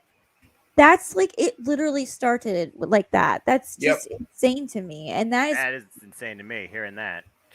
And here's another thing. You mentioned incel community and all these other radicalized groups. Like, if people think that, okay, well, like, especially to people that don't even realize this stuff does happen in the IWC, like, it does. It has already. We've seen enough over the last 2 years of this stuff happening. And people have literally, like, last 5 years posted about it, talked about it, but not necessarily done anything about it. Dude, in the last 5 years, we've seen Moxley get attacked twice in 2 separate freaking stints in 2 different companies. Mm-hmm. We've seen, Chris Jericho almost get attacked because of freaking ideas that I'm not even going to mention his name anymore, but, like, I'll just say Cornball freaking said, Don't need to be a rocket scientist to know what you mean. It was just a bunch of, just because of what people said, saying they, a lot of these people, some podcasters will go to that level of saying, and some people will be diplomatic and say, I want them gone, or I want them dead in some facet or in so many characters. However they decide to do it. Right. But again, and Jessi says that it only takes one, and there have been very close calls, even recently. Sonya Deville. Sonya Deville. How about Seth freaking Rollins? That's the biggest one. Instead of people rallying behind Seth Rollins, people were getting mad that Seth didn't fight back when legitimately, with all the fear that we have in this freaking world, he was in fear of his damn life.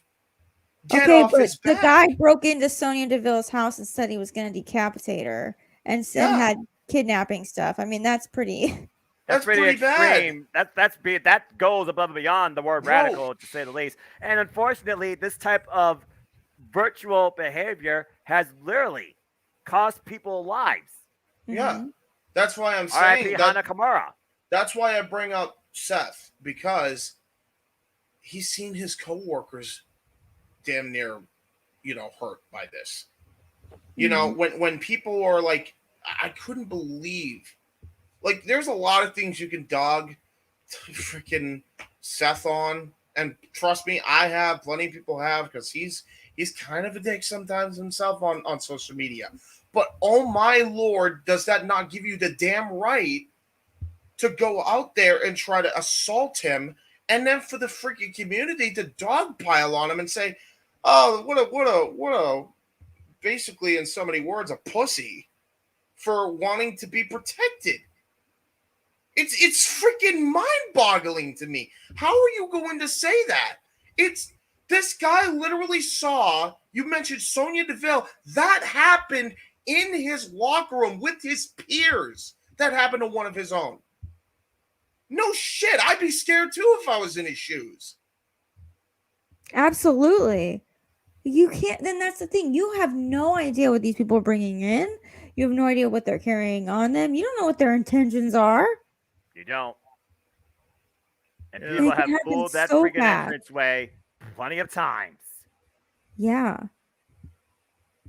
I mean, it's crazy. Again, we talk about perception. There's the scope of that perception, and then there's the view of it from, POV versus the actual person itself. And the way you justify what, again, wrong is wrong. That's the bottom line. Wrong is wrong. People trying to justify something that's wrong as right. It's some sort of radicalized way of idealism and philosophy that just adds, once again, to this bubbling toxicity that you said, again, has really boiled over more this summer season, it seems, than any other time I've seen in the little bit of time I've been involved in this Twitter community. Yeah, and that's where it's like, y'all, we need to take a big step back and check in on our friends. Like, we all Anthony, have. Love you, brother. I'm sure we all have friends that sometimes will go a little bit too far on Twitter, and I've had friends do that, and I've been like, "Hey, man, are you okay? Are you doing all right?" And sure enough, they're not. They're not okay. They're going through something. Or they're trying to get away from this, and they're not sure how, and you fear that they might do something, irrational. I mean, again, you learn from experience. You grow from your mistakes. And Jessi, I'm sure you and I can both be a testament to we are no exception to why we're talking about this. We are at fault of doing this too. All of us are. Oh my God, yes. Oh man, I am so guilty of it. I'll be the first to admit how wrong I've been. I got a first class ticket. Yes. James, we know. That's why you're so comfortable doing it. You're sitting in them cushy ass seats up front. I am in a cushy seat. But that's part of why you're on the show with us. We know. That's right. That's right. So I have been asked by the people that run the house, that run the show, to start wrapping things up. So throw them under the bus. That's what I gotta do. And the warden is freaking calling a timeout like the horn from Millionaire. Right. It is what it is. That's it. We got to pay the bills too. So again, I can't even my articulation skills have dwindled a lot last year, and that's just from the head trauma. But I can't even possibly thank you enough, Jessi, for again putting the article out there and getting all of us, fired up about it. Whether we should have to be fired up about it is not the point. The point is that people need to be aware of how they are to who they are at all times. And it just seems like especially Twitter, but the general social media platforms have allowed us all to and again, I saw a great quote from Tyson. Social media has made us all very comfortable with not being held accountable for our words by getting a punch in the face, or something that's great. It's like, damn right. You want to go punch someone on that plane? That was sorry. And Psycho, I appreciate the $2. Thank you. And Thank you. at the moment, I'm not going to disagrey with that because the public perception of both companies has drastically shifted from the start of the summer to now. Because when we hit June, everybody was all down on the old man, and AEW was the greatest thing since sliced bread. Not number 2, Brian Kendrick. We love you too, bro. Even though you're crazy too, we love you. When I came board on the team here, and we did WrestleMania, and then did WrestleMania Backlash, and basically had to twist James's arm to cover and do commentary on that, and he felt like it was a chore to cover it. Yep. And then now you fast forward a few months, and both Noah and James, who are diehard AEW fans, could give less than a fuck about WWE, especially #not Noah's NXT. Not my NXT. That's for them to now be tuning in on a regular basis, catching the product, enjoying the product, still enjoying AEW more, I think it's safe to say, but actually enjoying what WWE is putting out on a regular basis.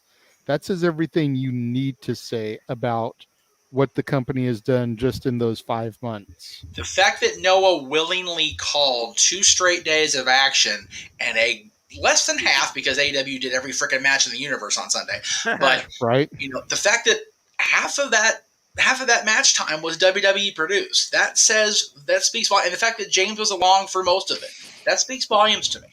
Yeah. Again, I just try to enjoy wrestling. Social media will not have a grip on me when it comes to what brought me to love this in the first place. Exactly. It's like, I'm sorry. Well, I was going to say that's a really important point that I always try to make to people is like, I'll be live streaming on Twitch with a show, and I'll be like, this is the best show ever. When Bryan Danielson, when that guy came out, when Elliot Taylor came out and did Born for Greatness live, I was popping my pussy, having a great time. I didn't care. I was having so much fun. I was so excited. And her little girl actually sang Brian's song on the Great Church Show. That melted my heart. Child, but we do like that song around here, okay? I seriously, just myself around my children. She flat out. We were. I think it may have been Brent. I forget. Whoever spun the wheel when I was on Great Show last week. We landed on karaoke. He and I hadn't done karaoke in a year, and all of a sudden, somebody said Brian Danielson's song, and the little one popped right in there and sang the verse. I was like, that is the cutest damn thing I've seen this side of wrestling in 2 years. Yeah, I was like, a motivational song. We use it as a motivational song. I always try and tell her she was born for greatness, but I don't. Exactly. The dancing stays for the nighttime. Okay, that's the nighttime dancing. That's when the kids have gone to bed. I'd be popping my pussy to Born for Greatness. All right. But during the day, hey, it's open mic night. Everything's open mic night on the Jeff Meacham Network. That's during the day, it's a motivational, uplifting song. But at the end of the day, I get down. You know what I mean? So I was having so much fun with that song, and then I go online retroactively, and I see all these people like taking a big old dump on it and just being like, "Oh, that was so lame." And you know what? I was like, I'm not gonna. Don't ever let other people rob you in retrospect from the joy that you felt in that moment. Exactly. Nobody can rob the joy that you feel while watching AEW or WWE. Nobody can rob you of that feeling. They can disagree with you. Right. But don't let these people poo-pooing on stuff that you like. That's right. Make you feel like your joy was not as valid. Your joy is so valid. Yeah. You know? Every single person that went on there and criticized the guy singing Brian's song, out on the stage and it was crapping on him. Like, you know what? Jesse's daughter says poo-poo on you, dude, because that was the best thing ever. No. That was freaking awesome. Damn it. That a lot. But bottom line, you are your own fan. No one else interprets that for you. Yes. Period. Exactly. Now we've got all the information out there. And again, we thank you, Jess. I wanted to give you the opportunity first to go ahead and plug, in addition to the article, which is out there on your Twitter. It's linked in your Twitter. Is it still your pin post? My pin post is still my GoFundMe. Oh, that's right. That's right. Yeah, That's please fair go enough. do that too. Do that Yeah, too. please go and follow her and donate to the GoFundMe if you can. Thank you, y'all. Yes. Yeah, And wonderful as a individual and wrestling fan. as was reminded throughout the night, and again, Greg was all, well, Jessica gave me the question for the con. It's like, dude, you told me winter. That means I got between December and March. So screw you, Greg. The gauntlet that Greg defends the championship on the live stream, all the super chats, be it on, and we're gonna try to have it on Greg's channel, Greg's channel for sure. We're gonna try to put it on my channel, and we're trying to get Aaron to have it be on No DQ, which means there'll be super chats aplenty, and they will be directed toward that account. Oh, so that would be great.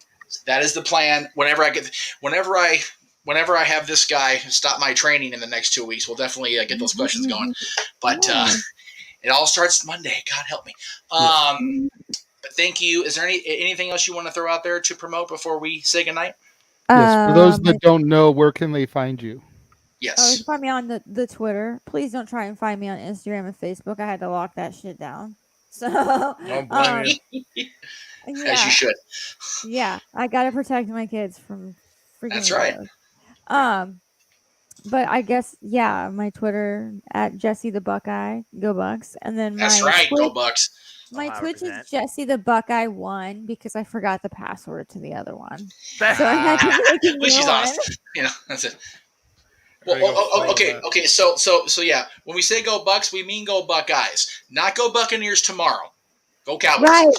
Tom Brady goes, Jessi, as a fellow Buckeye, I always say Ohio represents. So yeah, Buckeyes. Yes, Ohio against the world, baby. Hey, I'm a Tom Brady fan. I got a first class ticket to that one. I'm sorry. No, we gotta get it. Hey, you freaking idiot! Hey, listen. You know what? He could have died that Tom Brady's the GOAT, and I just want to see him. But I hate the school that he went to. I hate it. Hey, if you watched the Disney Plus unveilings the last couple days, even Santa Claus thinks Brady's better than Peyton Manning. So there you go. Yeah, there you go. So when Santa says it, it must be true. But, hey, well, okay. Oh no, he's a better singer. I'm not sure about better replacement Santa Claus, but definitely a better singer according to. Going down the rabbit hole, a whole different world. This is Alice in Wonderland. Either. I got a show for the boss. Leave me alone. Where do we go? Hey, I don't know, man. Mick Foley might be offended by that. Y'all, no. Trust me, Mick is my inspiration for all my Santa stuff. So I can't even hate on jolly old Saint Mick, ever. I will tell you all this. When I was in the hospital, Mick Foley was Santa for my kids. Hell yeah! Oh, yes, that's awesome. He is so literally a gem. One of the kindest people I've ever met. He is one of the few guys in my 32 years of fandom, almost 20. God, here goes my spine again. Jesus, of doing this, that I've never felt anything but this dude's being real with me. He's being straight with me, and it's like crazy nice. Like you almost like, are you for real, dude? Like seriously. Too nice. Awesome. A lot of people call him too nice, but I'm not nice enough. Keep being nicer. The thing is, guys, there is kindness out in this world, and you may wonder why it is, and to the lengths of why these people seem like it is, and it generally is, but you don't question it. You welcome it. You learn from it, and you damn sure try to share it. Exactly. Pay it forward. Absolutely. So, good movie. By the way, my dad loved the impromptu discussion of Mick Foley. Very cool. Yay. I'm glad your dad's been able to watch this, and because I know he's dealing with a lot. They're doing a lot of crap back at home too. So, with that being said, with that transition, James, what are you promoting this week? Well, with that said, you guys can find me on YouTube, youtube.com/user/Hebert95. That's JHEBERT SIDE95.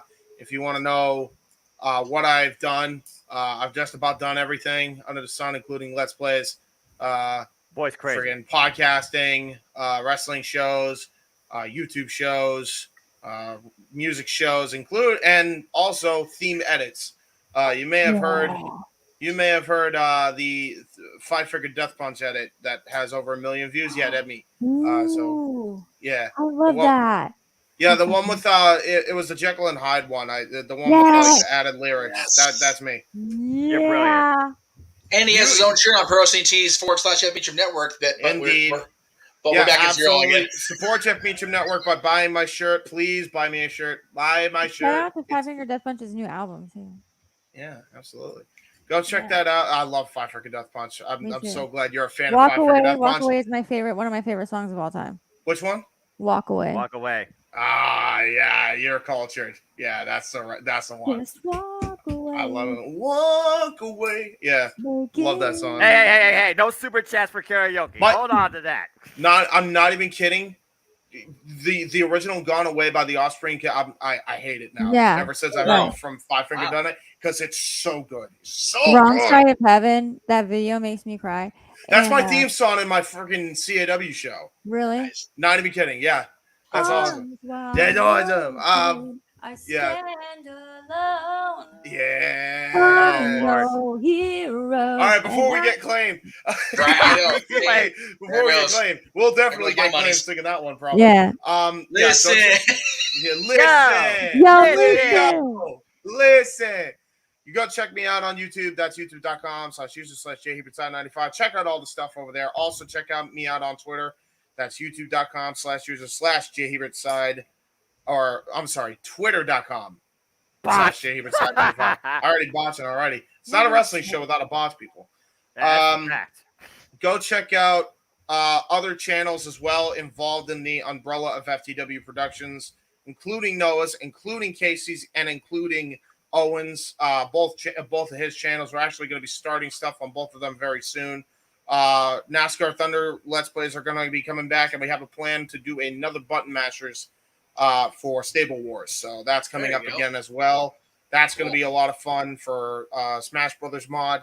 We're having a good time with that, and we got a whole new crew of people that want to join in on that one. So go check that out when you can on Casey's channel. And last but certainly not least, definitely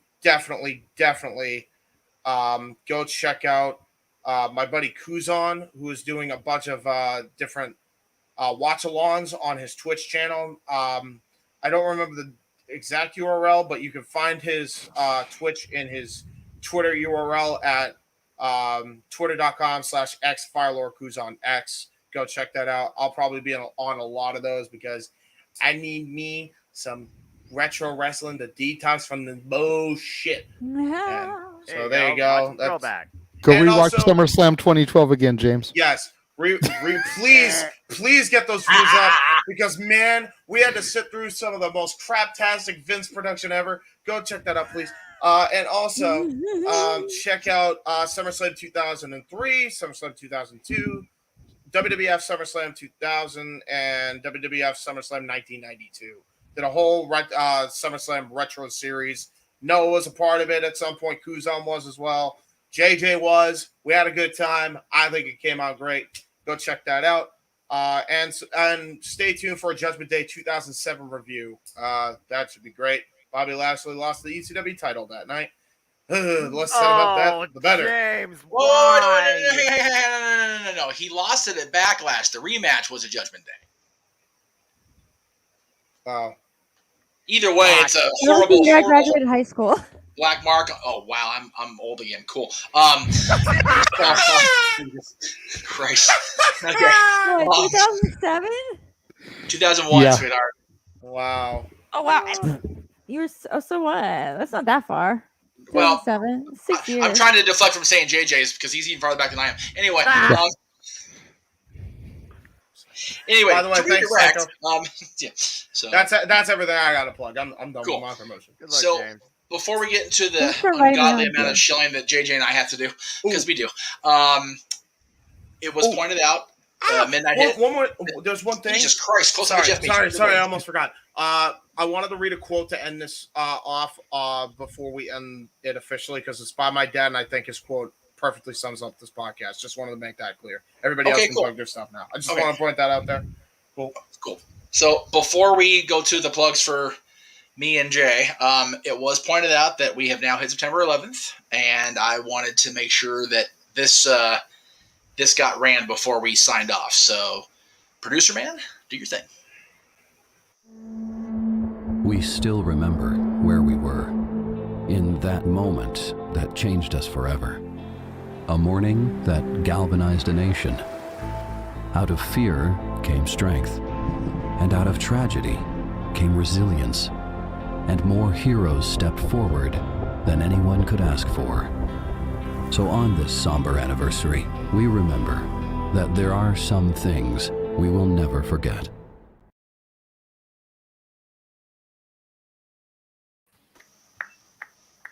Oh, God, I wish you would have told me you were going to do that. You suck. Okay.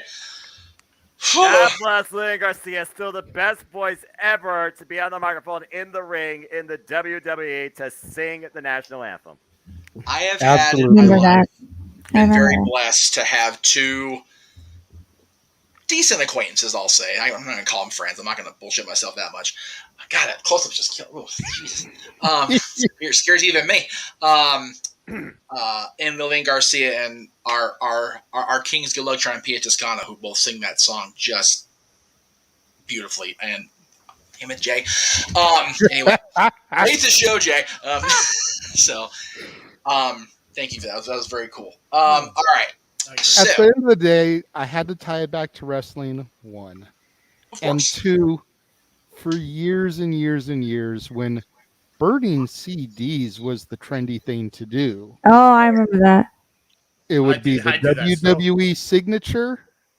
It would be Lillian singing the national anthem from the September 13th, 2001 performance.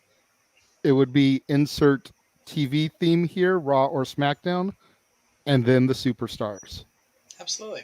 That always was track 2 as soon as the signature was done. That performance. The first live televised wrestling show I ever went to was WrestleMania 2000. And I heard Lillian sing that night, and I just swooned. And here we are 22 years, whatever it is, 22 years later. Feels like it was just yesterday, doesn't it? I'm not gonna lie. Right? Right. Seriously, That's it's why I like said- I know exactly. I'm gonna what be you mean. at Near Angel Stadium Monday for the first part of my training stuff, and it's like, man, the pond's right there. It does not feel like 22 and a half years has passed since that WrestleMania event it was. Let's not kid ourselves, but 20 years, 22 years since that WrestleMania. But 9/11, 20, always 21 years. remember. It's crazy. Never forget it. Never. Okay, so Yes. do you want me to plug your stuff, or do you actually want to talk about your stuff? We'll plug your stuff first, then we'll go to my stuff. Then Okay. James can do his quote, because I actually had a quote I was going to end with for the episode as well. Then we'll throw to Noah to bring us out as he always do. So the one I just sent you first, then, since that's gonna kind of work backwards. Because you've got the great inspirational speech to take us You out of always here, do, Noah. brother. We love you so much. It's just a No simple quote, further that's words fine. are needed after your closing statement. But Very true. go ahead, Jeff. So the next 4 premium presentations we're going to have on here, God help us, Bound for Glory. Noah has decided that we're going to go ahead and do that. He's going to call commentary, so we're going to run it. Again, I don't know what my schedule is on these 4 days. I have no idea what the mouse is going to throw at me. Not a clue. But Noah will be here. JJ has agreed to at least produce/run the show, so we got it. Bound for Glory coming up October. It is Impact Wrestling's biggest show of the year, even if it's on a Friday night. You jerks. Impact. Impact. The next day, we'll have WWE Conservative Suggestions on Peacock and WWE Network.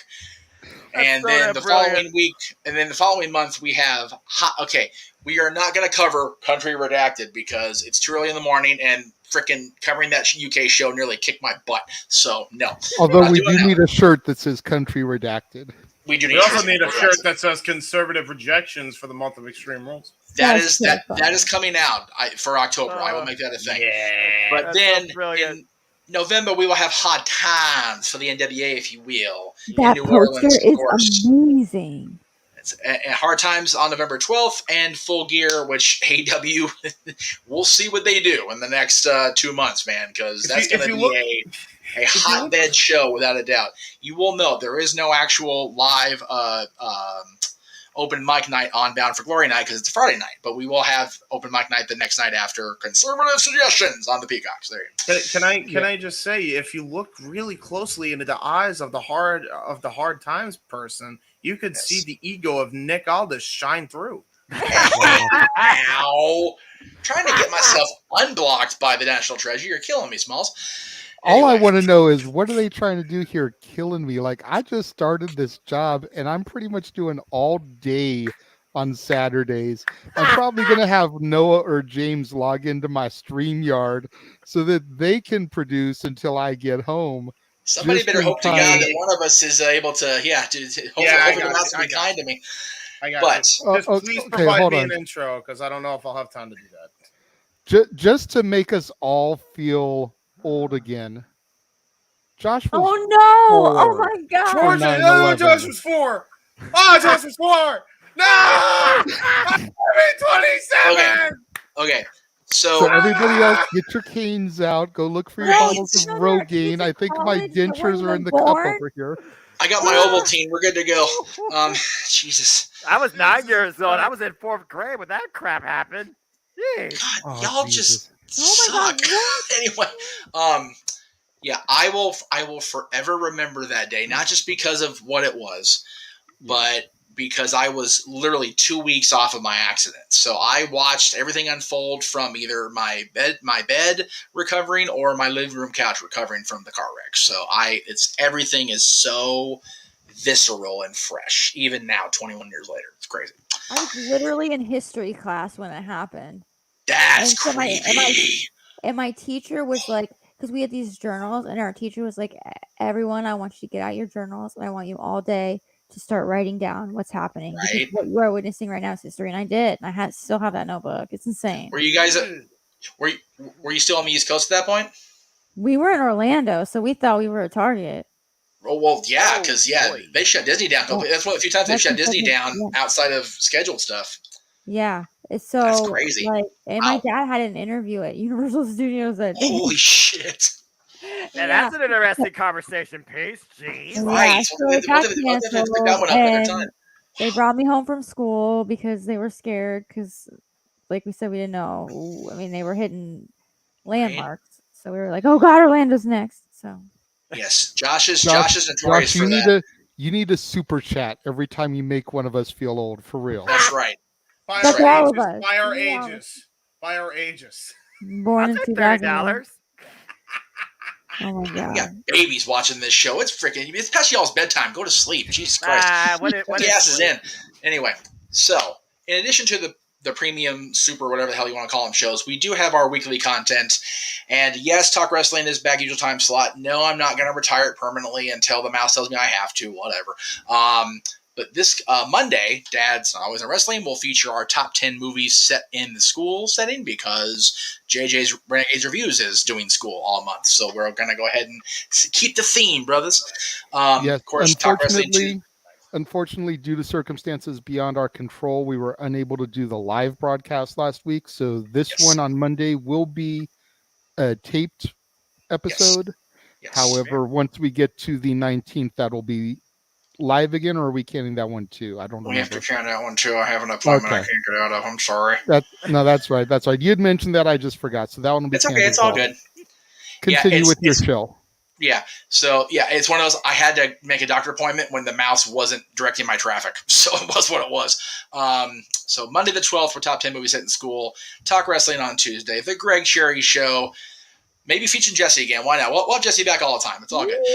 Wednesdays, it's every Wednesday at 7 o'clock Eastern 4 Pacific. And next Monday, the 19th, our Dads and Always Wrestling will back to wrestling, and it'll be the top 10 X Division champion. I know it says TNA because I just like the TNA font, so I use that. And there it is. That's the reason why we're doing that show, because JJ finally got his X title. So yeah, nice. Very excited about that.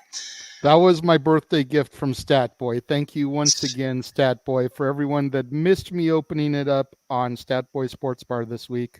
Yes. There it is in all of its shiny glory. So pretty. And Josh, I'm not sure if JJ has it starred because he's doing the producer thing. Yes, as we mentioned earlier, all the super chats we garner during the big gauntlet when Greg's defending the championship, or even if he happens to lose, God help us, during that 10-person gauntlet, every super chat garnered during that stream will be from the Jeff Meacham Network, from Greg Trey Brand, and hopefully from NoDQ.com. We'll go into the GoFundMe to help Jessi get everything back together. So we love Jessi so much. I will throw it up again, Josh. I've thrown it up a couple times now. Yes. There you go. And again, coming soon is relative. Yes. WTC does not mean World Trade Center. No. Kind of ironic given what we just did. But yeah, yes.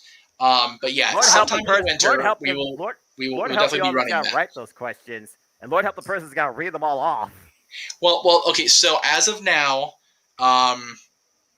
since it's Greg versus the world, I think either it really depends on what. Come here, you. Depends what this dude does in the next couple weeks. So we'll see. Anyway. Oh boy, start a new job. Oh God. Okay. Anyway. Sorry, Brett. By the way, happy birthday again, Brett. I love you, brother. Anyway. So in addition to the weekly stuff on my channel and the pay-per-views coming up, JJ has a packed week and a packed month. Let's look at that. That is just bananas. Lord. Girls, clueless. That's right. I also do, Jessi, a show called Renegades Reviews where I do movie reviews. This month I'm doing movies that take place in a school setting. So we're getting ready to come up on a whole week, well, Monday, Wednesday, Friday, of female-led movies. So we've got the 90s classic Clueless. We've got that turn of the century's Mean Girls, Heathers from the 80s with Alicia Silverstone, Lindsay Lohan, and Winona Ryder, respectively. Yep. We've got Stat Boy Sports Bar featuring Dory Lou every Tuesday. She-Hulk, been covering the newest Disney Plus original show every Thursday. And then new release Saturday, Kevin Hart and Mark Wahlberg in Me Time. It is a Netflix original movie that you can check out now on Netflix. And then Sundays, of course, The War Zone, the weekly acquisition report where I show off the newest additions to my ever-growing movie library. Nice. Hey, Jessi, I got to ask, when you saw Mean Girls, did that encourage you to write your own burn book ever? No. She's not a mean girl. That's why she's too nice. That's right. She actually a decent person. I never in a million years. I was more mad at the one that made the girl eat the bars to make her fat. I thought that was And I don't know if you have the graphic loaded or not, JJ. If you don't, that's fine. I'll just talk about it real quick. October, JJ is doing 31 straight days of either classic horror or classic spooky. Nightmare on Elm Street, Addams Family first, right? Yeah, Addams Family. Nightmare on Elm Street, Addams Family, all 5 Scream movies, Hocus Pocus, and Hocus Pocus 2, which debuts any day now. Yay. All 45 Halloween movies. Yes. Somehow within 13 days, somehow. And plus, the new release Saturdays all have a spooky tint to them. I'm doing Rob Zombie's Monsters. Ooh. I'm doing a movie called Bitch Ass, which is a new horror movie. I want to say it's a streaming original. Like Kick-Ass, but with a no. VHS. Definitely not like Kick-Ass. And I will say this. The irony of him having bitch ass during his watchings of Rob Zombie's Halloween 1 and 2 is not lost on anybody that knows JJ. Because he despises those movies. Oh, and yes, all the control of my life by some sort of rodent, mouse or rat. It is what it is, folks. Oh, Browns. Let's go, Browns. Here we go, Brownies. Here we go. Who the Browns playing tomorrow? Fuck if I know. I'm just wow. She's honest, kids. Wow. Fuck if I know, man. I don't give a shit. No, I do care, but I'm just like. But at the same time, it's like, damn it, Bottlegate, you couldn't give us one. No. I feel bad for the Browns. I really do. Oh, they're playing. They're playing the team that plays in North Carolina. North Oh, the Panthers. Carolina. Oh boy. Yes. Well, here we go. Well, I'm just like, we're gonna have another 0-16 parade. That's shout out to my friend Chris McNeil who organized that whole parade. JJ and Noah are going. We don't watch NFL. Can we move on now? Right. James, you wanted to I only give watch one game a year. That's right. I had a I'm quote. so devastated, y'all. I don't even. All of my Browns jerseys that are new are my 2 Browns jerseys that I had were Odell Beckham Jr. who doesn't even play there anymore, and Baker Mayfield who doesn't even play there anymore. I hate it. You got some great memorabilia though that could be worth something if those are kept pristine, right? No, because my Not the Tim Mayfield one. Couch jersey was like shit. Oh. My Tim Couch I don't jersey know was about that shit. one. My Colt McCoy, my fucking Colt McCoy Browns jersey ain't worth shit. I was trying to lighten the mood. I don't know anything about my football. I only business. watch one game a year.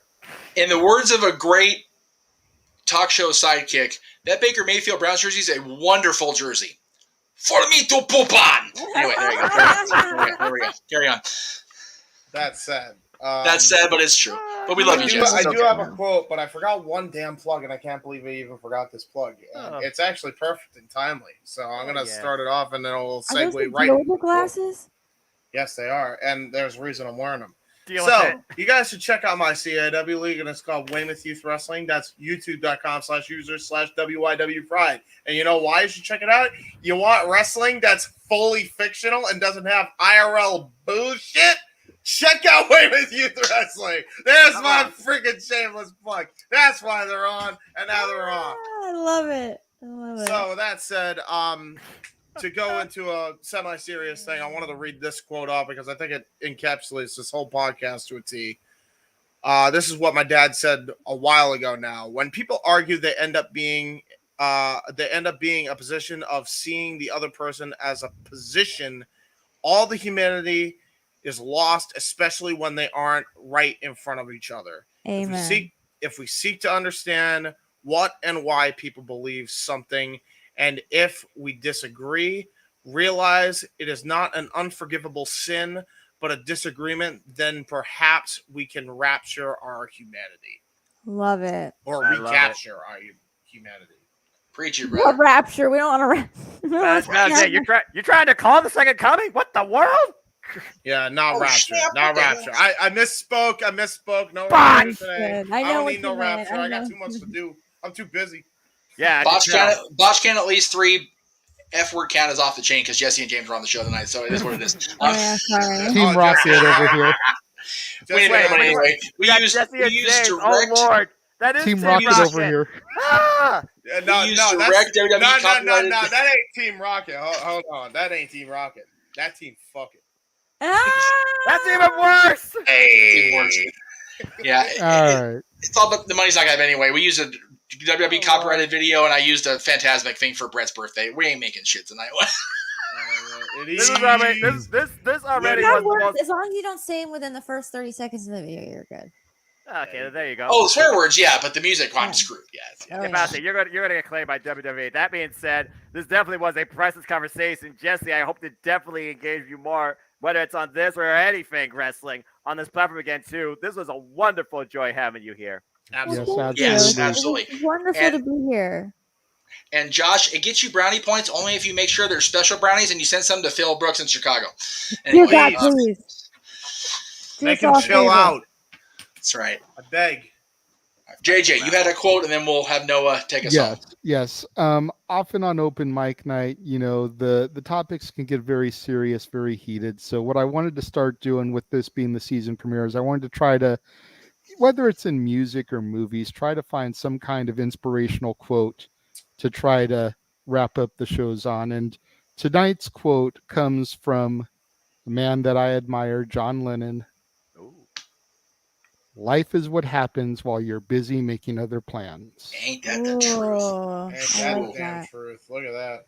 It's about the journey, not the destination. Hey, man. Something to think about. Begins with a single step. Yeah. Jessi, once again, thank you for being here. Jeff, thank you for being able to come on. Yeah, I'm so glad I was here. Noah, James, pleasure as always doing Pleasure's this with mine. you. Noah, take us out as you always do. I just hope, if nothing else, everybody gained one thing: be a better human being and just enjoy wrestling. But that being said, if people do want to know more about me, know this: I am just a simple man and a lifelong fan of what's the words I'm looking for? Oh yeah, professional wrestling. Damn it!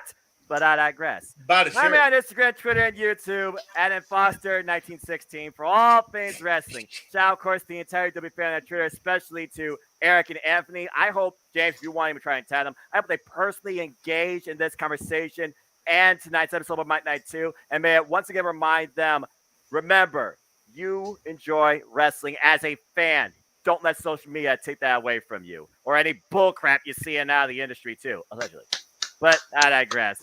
And again, as far as stuff that goes for me, I don't have anything going on this week. For once, I can take it easy. Hey! But shout out to... Yeah, I know, right? Seven days of straight streaming. Good Lord Almighty, I need a freaking break. So I'll just be doing my usual Daily Slam coverage of all Elite Wrestling, Dynamite, and Rampage this week. And then next week, of course, I have the impactful duo with me and the new normal, Jerry, insert last name here, as we talk about Victory Road. And of course, keep posted here for all other things that I might come forward to discuss that these engaging individuals will sure to bring forward to my attention too. But as always, let it conclude. There are no winners, there are no losers, there are no betters. There are just fans with their own opinions for this passion that we all share. At the end of the day, folks, support one another, respect each other, protect your mentality too, and just enjoy life and enjoy professional wrestling too. It's as simple as that. Absolutely. Yes. And that is why Noah takes us out each week. Thank you once again to everybody for tuning in for the season premiere of Open Mic Night. We will catch you guys next week. You like jazz? I like jazz.